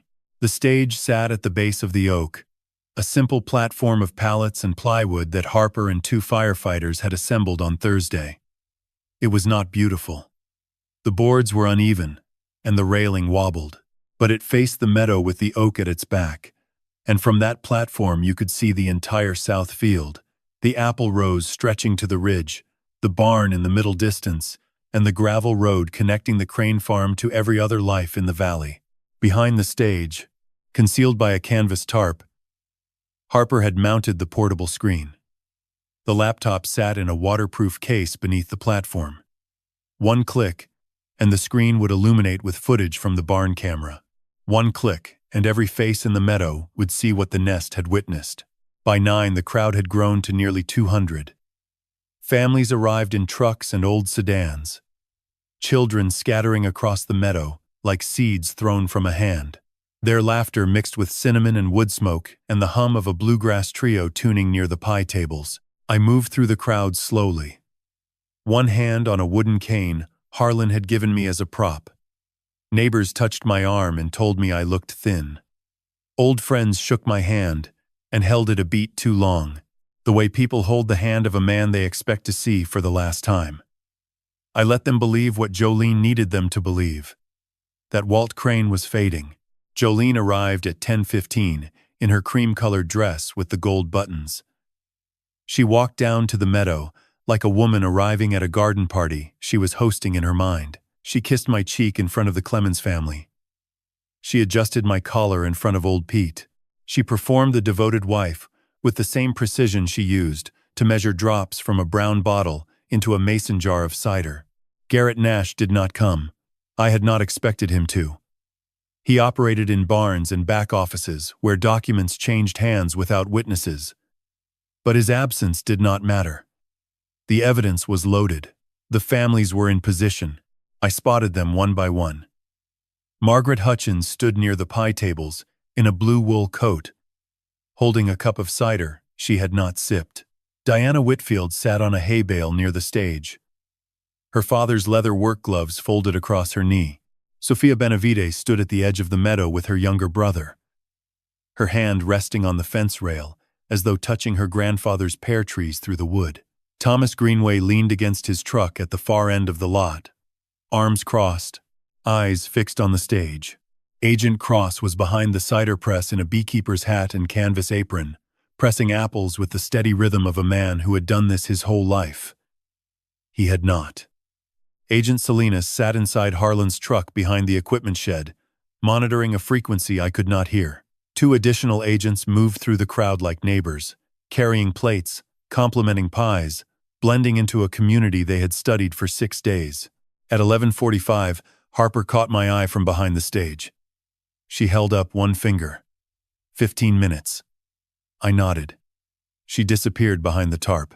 I walked to the oak tree and placed my hand on the bark, the same spot I had touched the night before under moonlight. The wood was warm now, heated by the October sun, alive with 80 years of growth. I breathed in the smell of apples and earth and the faint sweetness of cider from the press. Then I opened my eyes and looked out at the meadow full of people who had come to celebrate a harvest they did not yet know had a second meaning. It was time. I climbed the 3 steps to the stage, and the wood groaned under my boots like a warning that there was no going back. The microphone sat on a stand at center stage, a simple black cylinder Harper had tested 3 times that morning. Behind me, the oak tree spread its branches over the platform like a cathedral ceiling built from bark and October leaves. Before me, 200 faces turned upward, some smiling, some chewing pie, some shielding their eyes from the midday sun. They expected a welcome speech. They expected the old joke about Pete Morales and his lattice crust. That is what Walt Crane did every year. I gripped the microphone stand with both hands. The trembling was real now, not performance. The genuine vibration of a man about to set fire to every lie built around him for 9 months. I found the faces I needed. Margaret Hutchins, in her blue coat. Diana Whitfield on the hay bale. Sophia Benavides at the fence line. Thomas Greenway. By his truck. They were ready.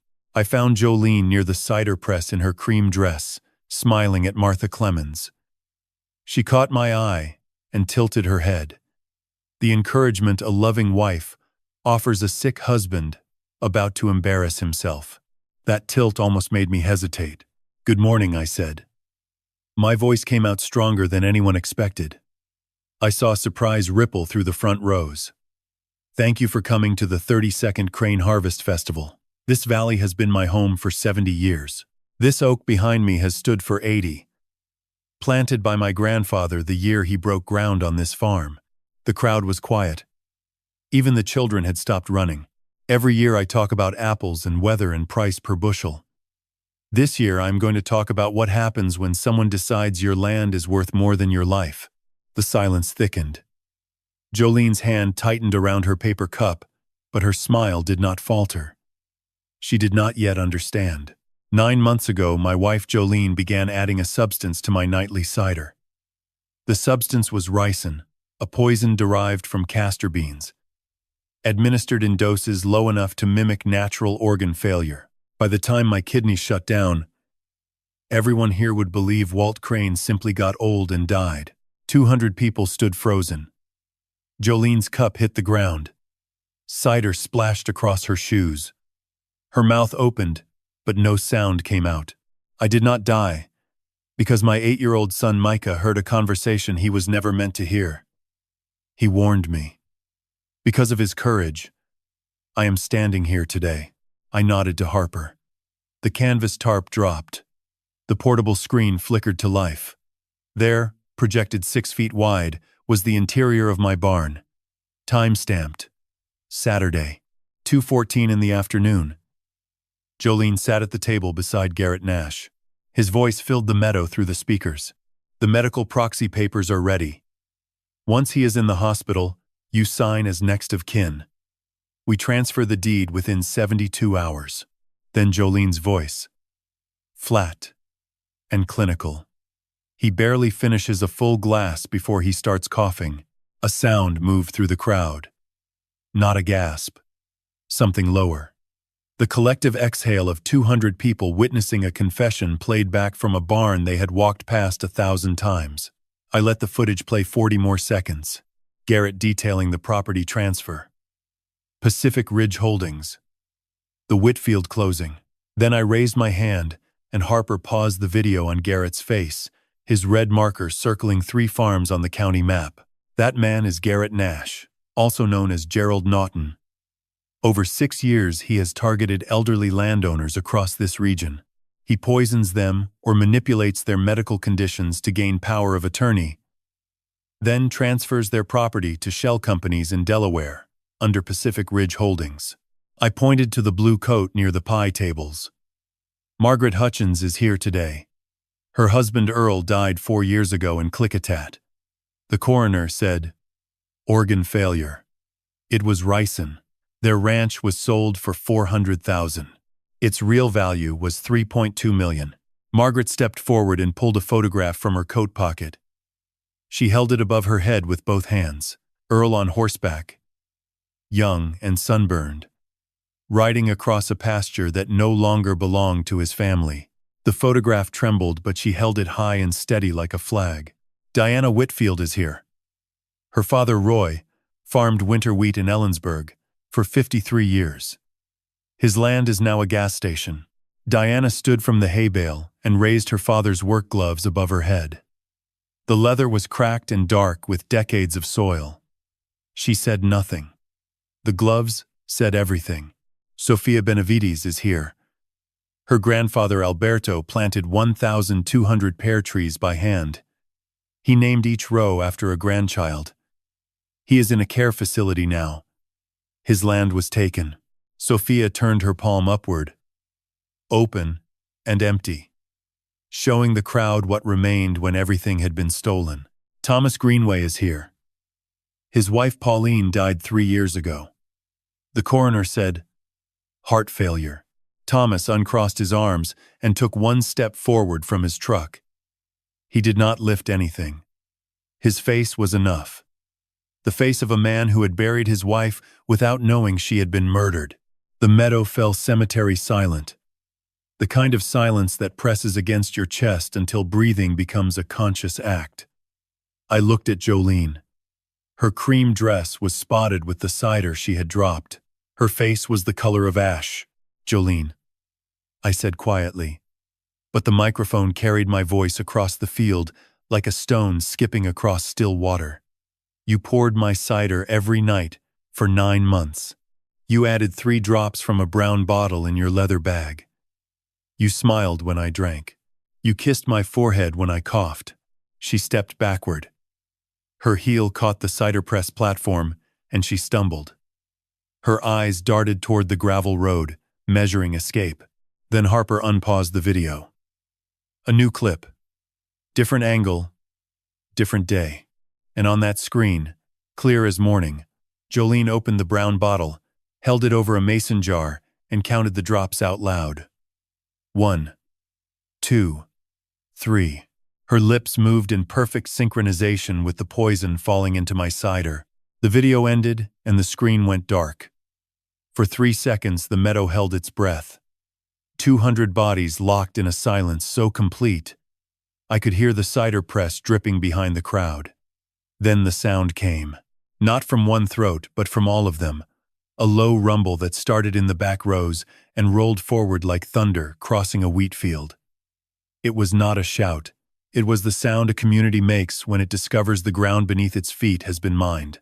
Old Pete Morales was the first to move. He stepped away from the pie table, with his fists clenched, and walked toward the stage. Behind him came Martha Clemens, her apron still dusted with flour, her mouth set in a line thin enough to cut wire. Then the firefighters. Then the bluegrass trio, one still gripping his banjo by the neck like a weapon. They moved not as individuals but as a single body drawn by a gravity no one had organized and no one could stop. Jolene saw them coming. She turned from the cider press and walked quickly toward the gravel road, her cream dress catching sunlight as she moved between the apple rows. Her heels sank into the soft earth, pulling at her ankles like the valley itself was trying to hold her. She kicked off her shoes and ran barefoot through the grass toward the rental car at the top of the drive. She did not make it. The farmers were already there. 6 men and 4 women had moved to the gravel road and formed a line across the drive, shoulder to shoulder, boots planted in the dirt like fence posts driven into stone. They did not speak. They did not raise their hands. They simply stood and blocked the only road off the Crane farm. Jolene stopped 10 feet from the line. Her bare feet were muddy. Her hair had come loose and hung across one eye. These were people she had served cider to at last year's festival. People whose trust she had cultivated with the same patience she used to pour poison into my glass. Now they stood with expressions that contained no mercy and no doubt. She turned back toward the meadow. Agent Cross had removed his beekeeper's hat. Agent Salinas was walking across the field, her badge catching the sun.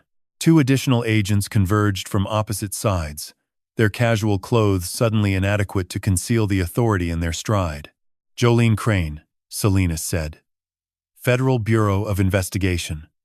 You are under arrest for conspiracy to commit murder, elder abuse, wire fraud, and participation in a criminal enterprise. Jolene did not comply. She turned left and sprinted into the apple rows. Bare feet, slapping packed earth, cream dress billowing behind her like a sail torn from its mast. She disappeared between the Honeycrisp rows, heading east toward the ridge. But she was running through my orchard. I knew every row, every ditch, every root that broke the surface.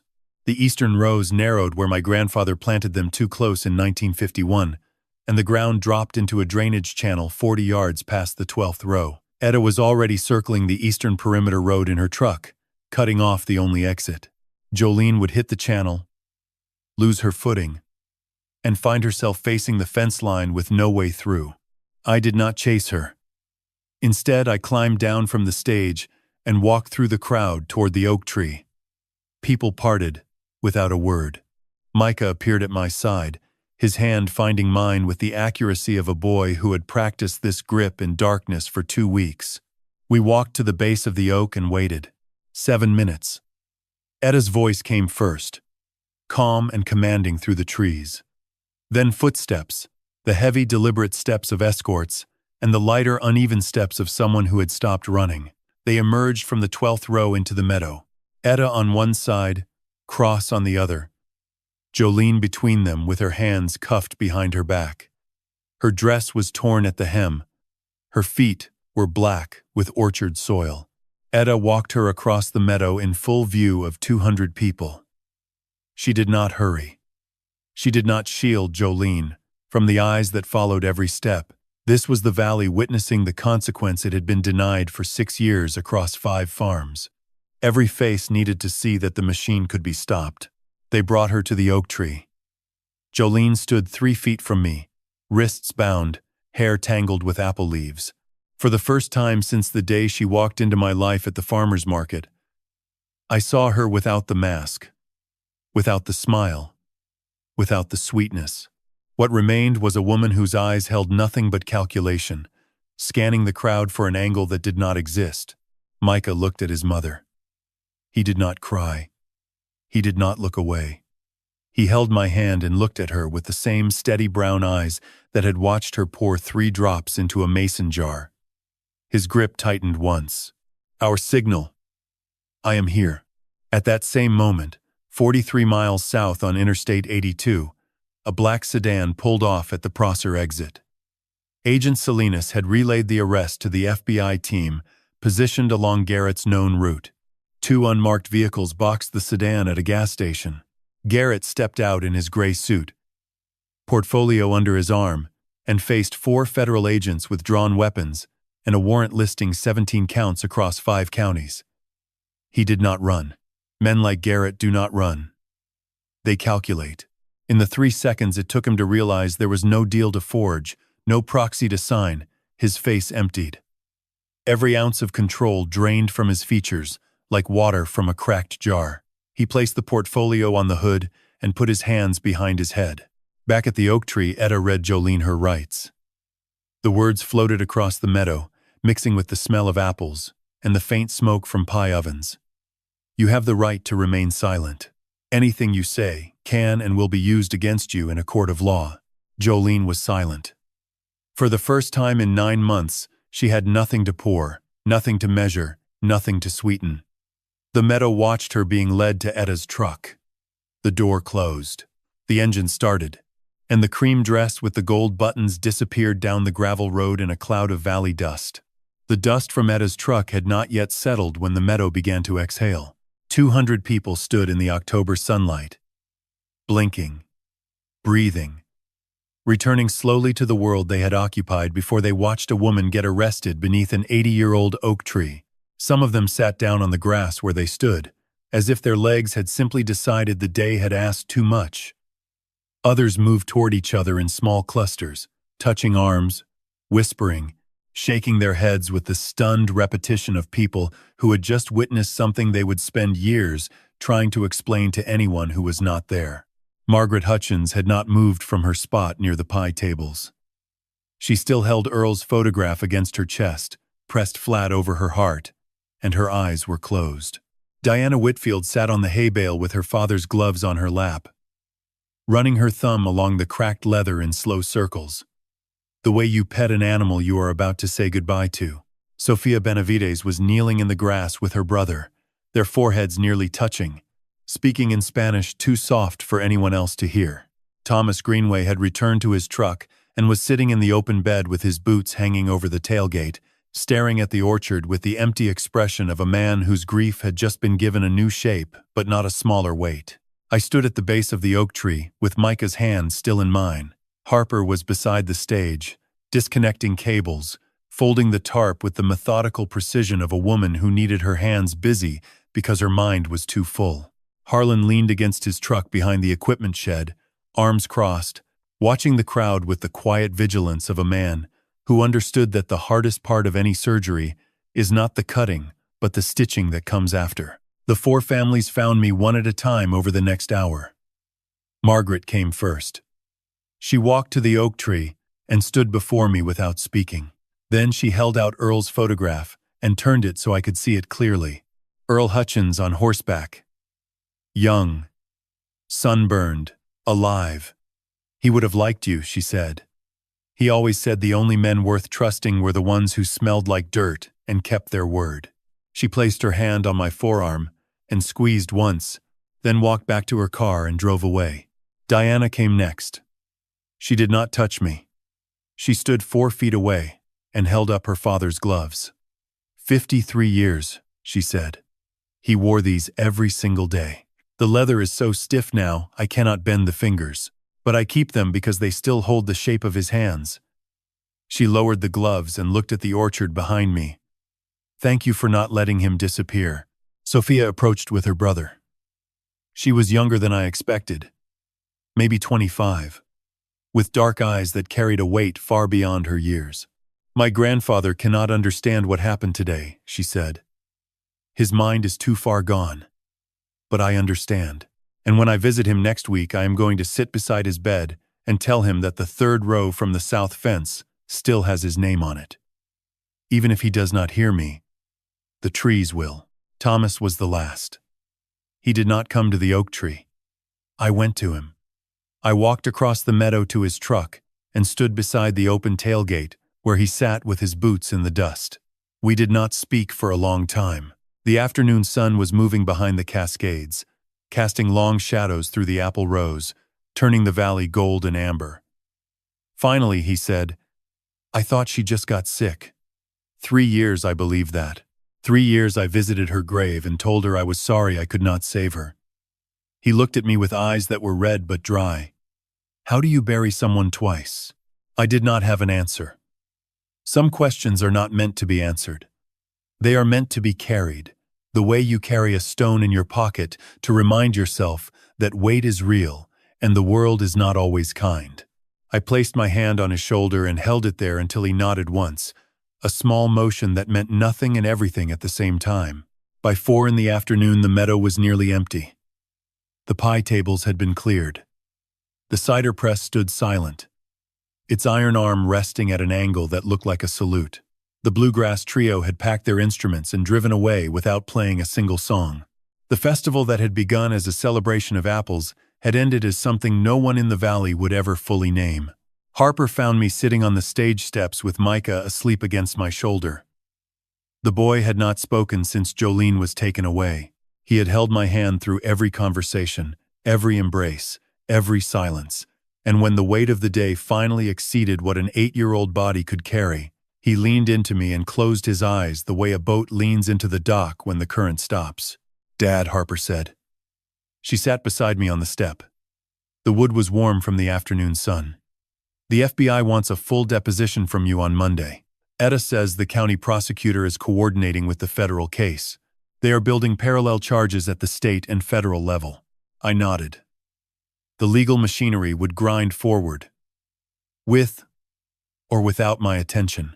What mattered now was the boy sleeping against my arm and the daughter sitting beside me and the oak tree holding its branches above us like a promise it had kept for 80 years. There is something else, Harper said. She reached into her jacket pocket and pulled out her phone. On the screen was a news article from the Seattle Times, published 30 minutes ago. The headline read, FBI arrests 2 in multi-county land. Fraud scheme targeting elderly farmers in eastern Washington. Below the headline was a photograph of Garrett Nash being escorted from the gas station in Prosser.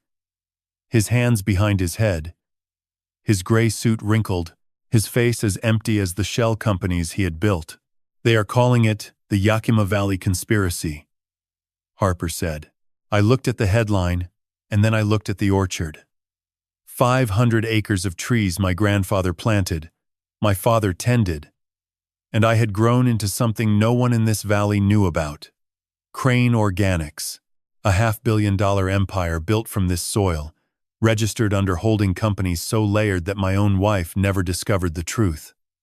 Garrett Nash had tried to steal land worth $14 million. He never knew he was stealing from a man whose name sat on distribution contracts in 47 states. That secret would come out soon enough. The federal investigation would trace the ownership of the Crane farm through the holding companies and discover what no neighbor, no friend, no wife had ever known: that the quiet old farmer in the wool blanket was the founder of the largest organic produce brand in the Pacific Northwest. But that was a revelation for another day.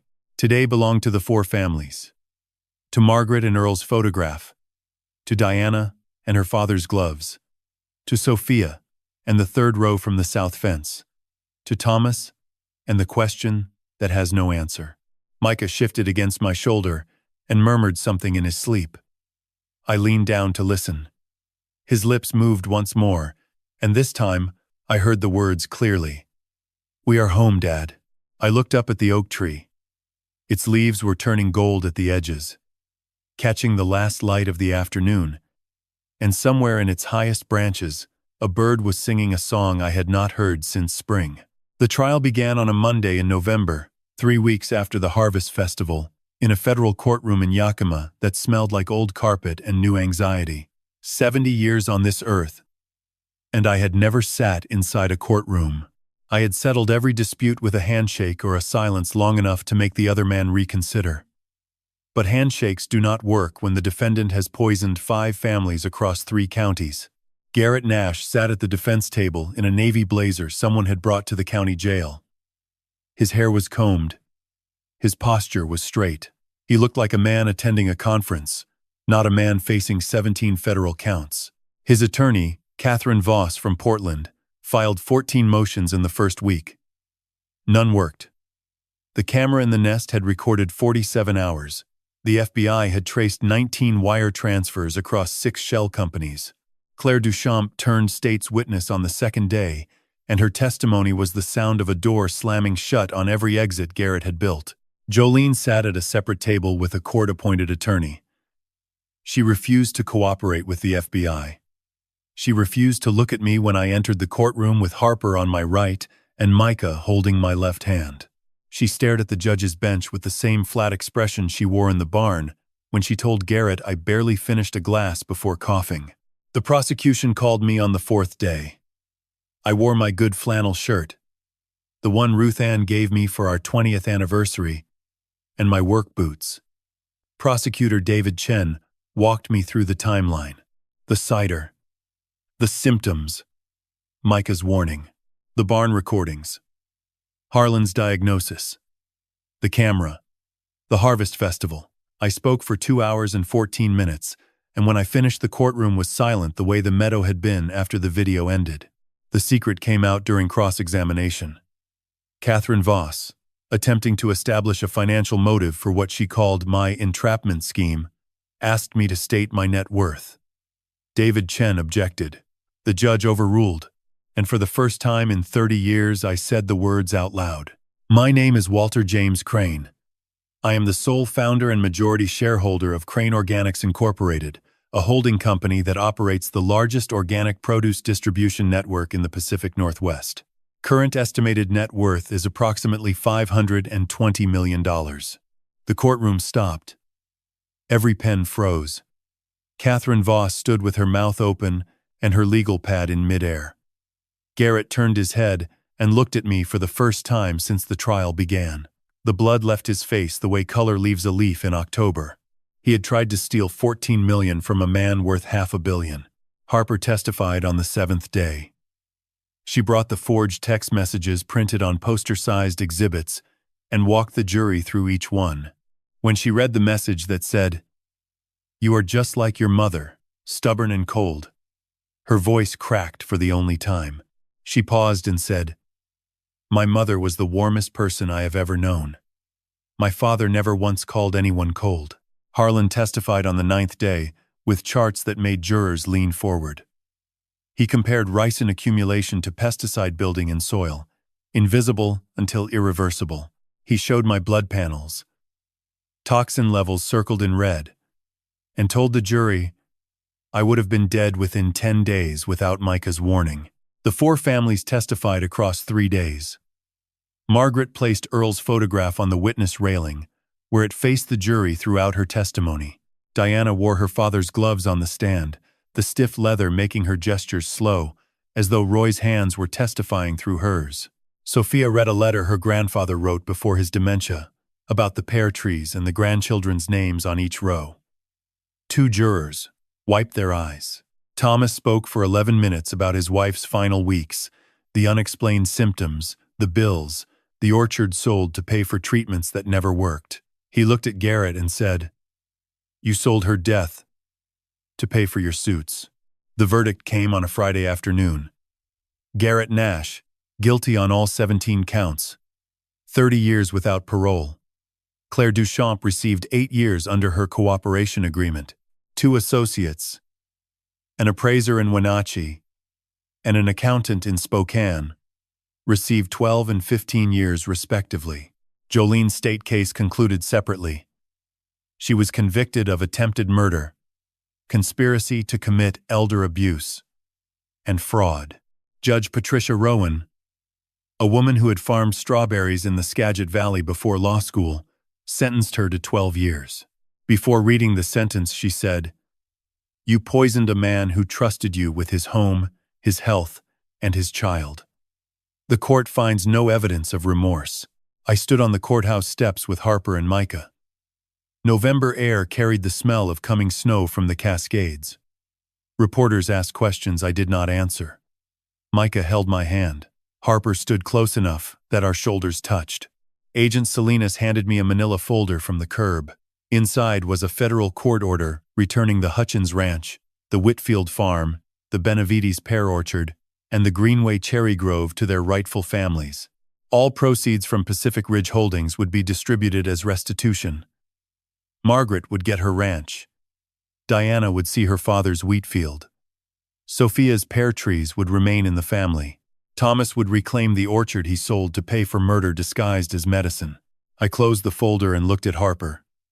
"Crane Organics needs a CEO," I said. "Someone who understands agricultural business and does not want to poison anyone." Harper did not smile. She nodded once, the way her mother used to nod when a decision had been made, and nothing was left to discuss. Spring arrived in the Yakima Valley the way it always does, not with a single announcement, but with 1,000 small confessions.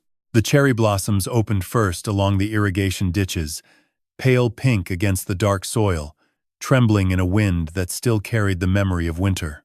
Then the apple trees followed, row by row, acre by acre, 500 acres of white and blush petals, unfurling in a sequence so precise it looked like the orchard was breathing for the first time in months. I stood on the front porch with a mug of coffee, real coffee, no electrolyte powder, no pretending, and watched the morning light move across my land like a hand smoothing a wrinkled sheet. 1 year. It had been 1 year since Micah grabbed my wrist and told me his mother was pouring something dangerous into my cider. 1 year since I drove the hidden path through the orchard and watched Jolene sign papers in the barn with a man who wanted my soil more than my life. 1 year since Doc Harlan tested my blood and found the poison that was dissolving me from the inside. 12 months of courtrooms and depositions and newspaper headlines and sleepless nights and slow, stubborn healing. And now spring, pushing through the valley like a verdict. The earth had been deliberating all winter. My body had recovered, mostly. Harlan said the kidneys would never fully return to what they were before the ricin, but they functioned well enough for a 71-year-old man who had no intention of dying on anyone's schedule. The tremors in my hands had stopped by February. The fatigue lifted in March. By April, I was walking the orchard rows at dawn again, checking the buds, testing the soil between my fingers, pressing my palm against the bark of trees I had known longer than most people I had ever loved. Micah turned 9 in January. We celebrated at the kitchen table with a chocolate cake. Harper baked from a recipe she found in her mother's handwriting inside an old cookbook that had been sitting on the top shelf of the pantry for 18 years. The frosting was uneven, and the candles tilted sideways, but Micah blew them out with a single breath and wished for something he would not tell me. He was taller now. His voice had shifted half a register lower, the way boys' voices shift when the world has asked them to carry things no child should carry. He still drew pictures on the back of receipts and grocery lists, but the drawings had changed. They were more detailed, more structured. The oak tree appeared in almost every one, its branches reaching wider with each new version, as though the tree in his mind was growing alongside the one in the meadow. He did not talk about his mother. Not because I told him not to. I would have answered any question he asked, with whatever truth I could hold in my hands without breaking. But he did not ask. He carried her absence the way the orchard carries winter, quietly, patiently, trusting that something would eventually grow in the space she left behind. I watched him for signs of damage, the way Harlan watched my blood panels, looking for numbers that moved in the wrong direction.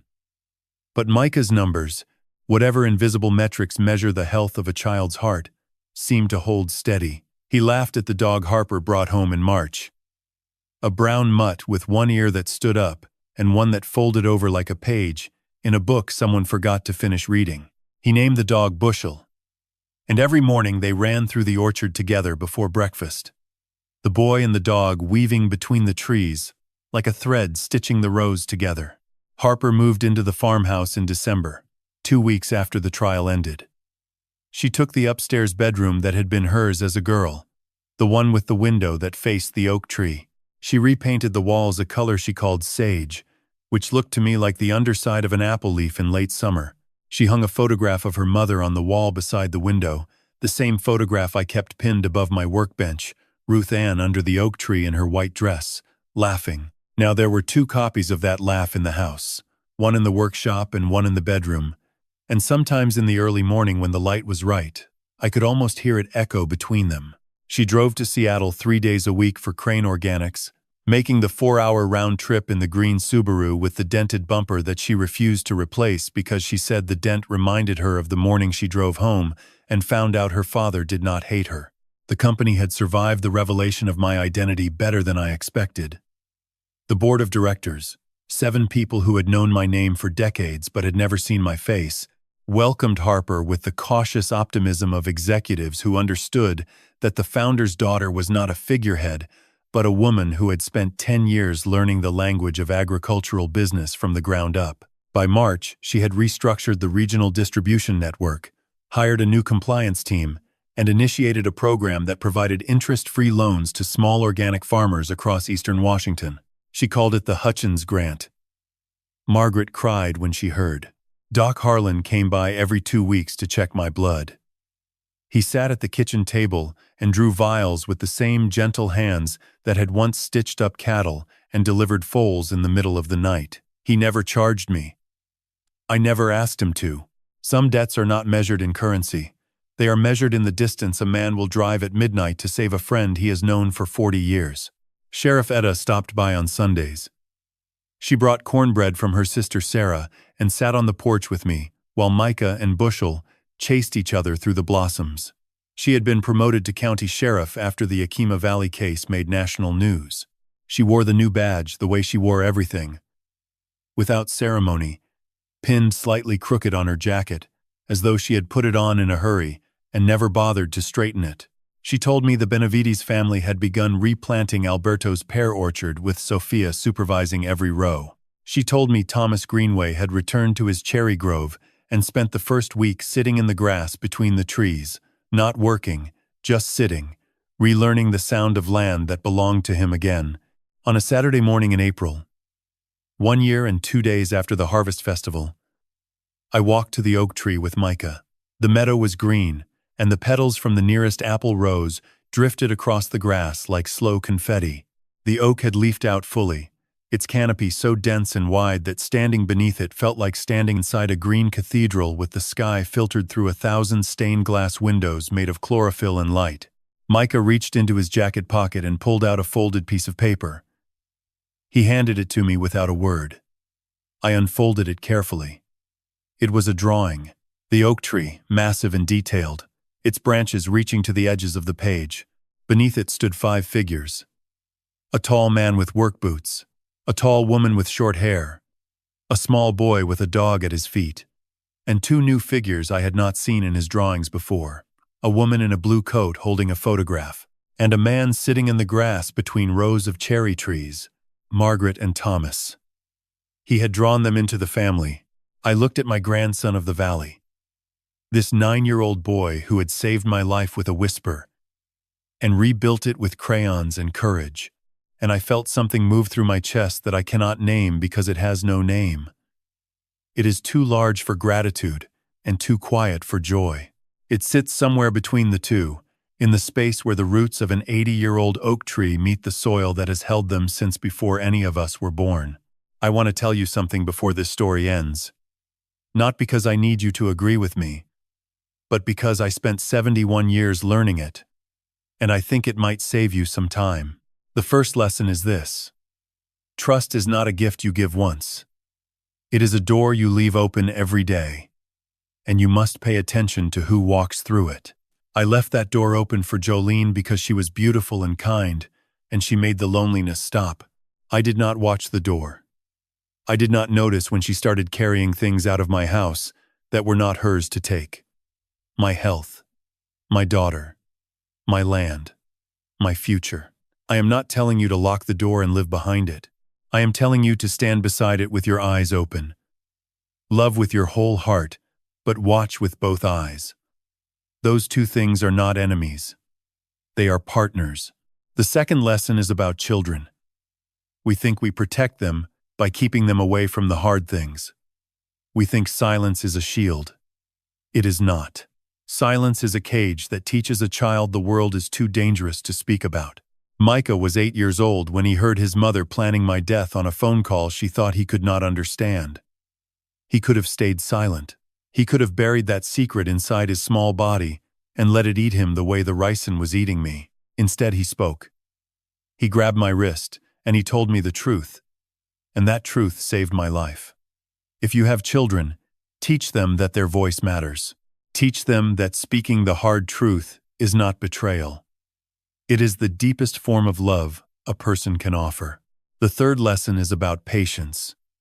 When I stood in the dark outside my barn and watched Jolene sitting with the man who wanted my land, every nerve in my body screamed at me to kick that door open and end it right there. I wanted to. God knows I wanted to. But rage without strategy is just noise. It makes you feel powerful for 30 seconds, and then it hands the advantage to the person who kept their head.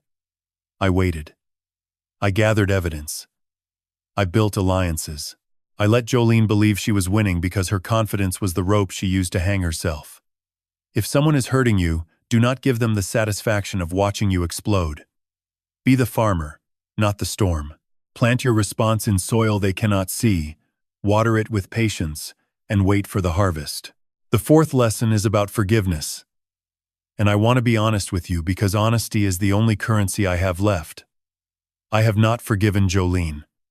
Not yet. Maybe not ever. She poisoned my body and she poisoned my relationship with my daughter, and she looked at my son like he was an obstacle to be removed. Forgiveness is not something I can manufacture on a schedule, but I will tell you what I have done instead. I have released her from the space she occupied in my daily thinking. She lived rent-free in my anger for months after the trial, showing up in my dreams, sitting at my kitchen table in that cream dress, pouring cider with steady hands.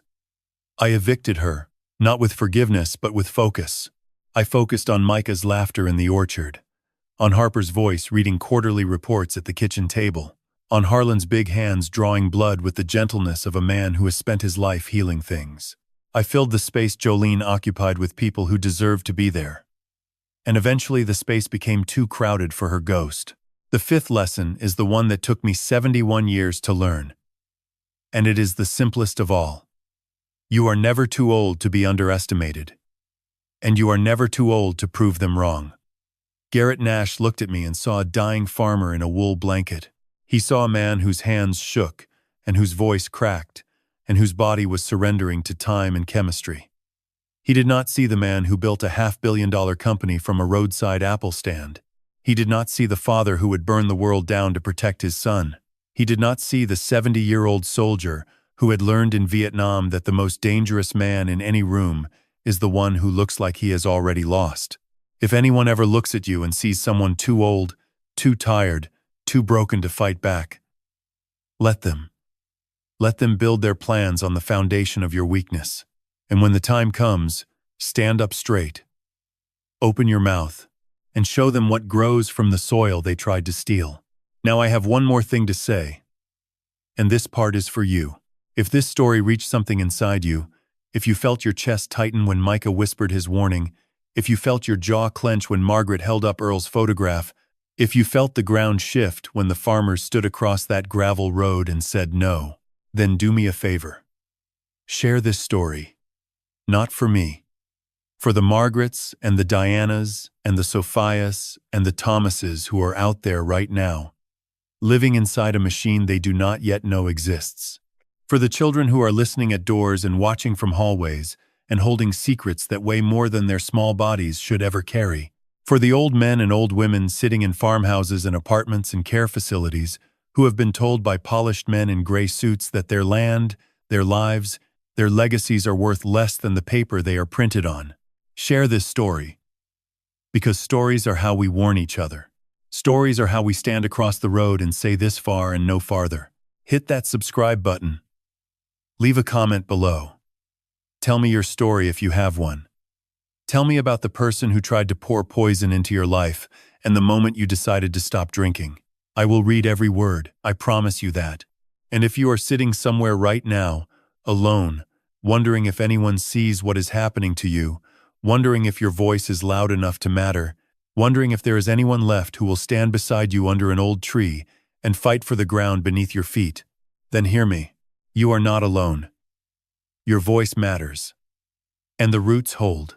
I know this because I am sitting on my front porch in the Yakima Valley on a spring morning with a cup of coffee in my hand, and my son drawing pictures beside me and my daughter, driving home through the mountains and 500 acres of apple trees blooming white and pink in every direction, and the oak tree standing where it has stood for 80 years, its branches wide enough to hold every name I have ever loved, and the cider press is clean, and the barn door is open, and the light is coming through the blossoms like the valley is remembering how to breathe. This is Walt Crane, and this is my orchard, and nobody is taking it from me again.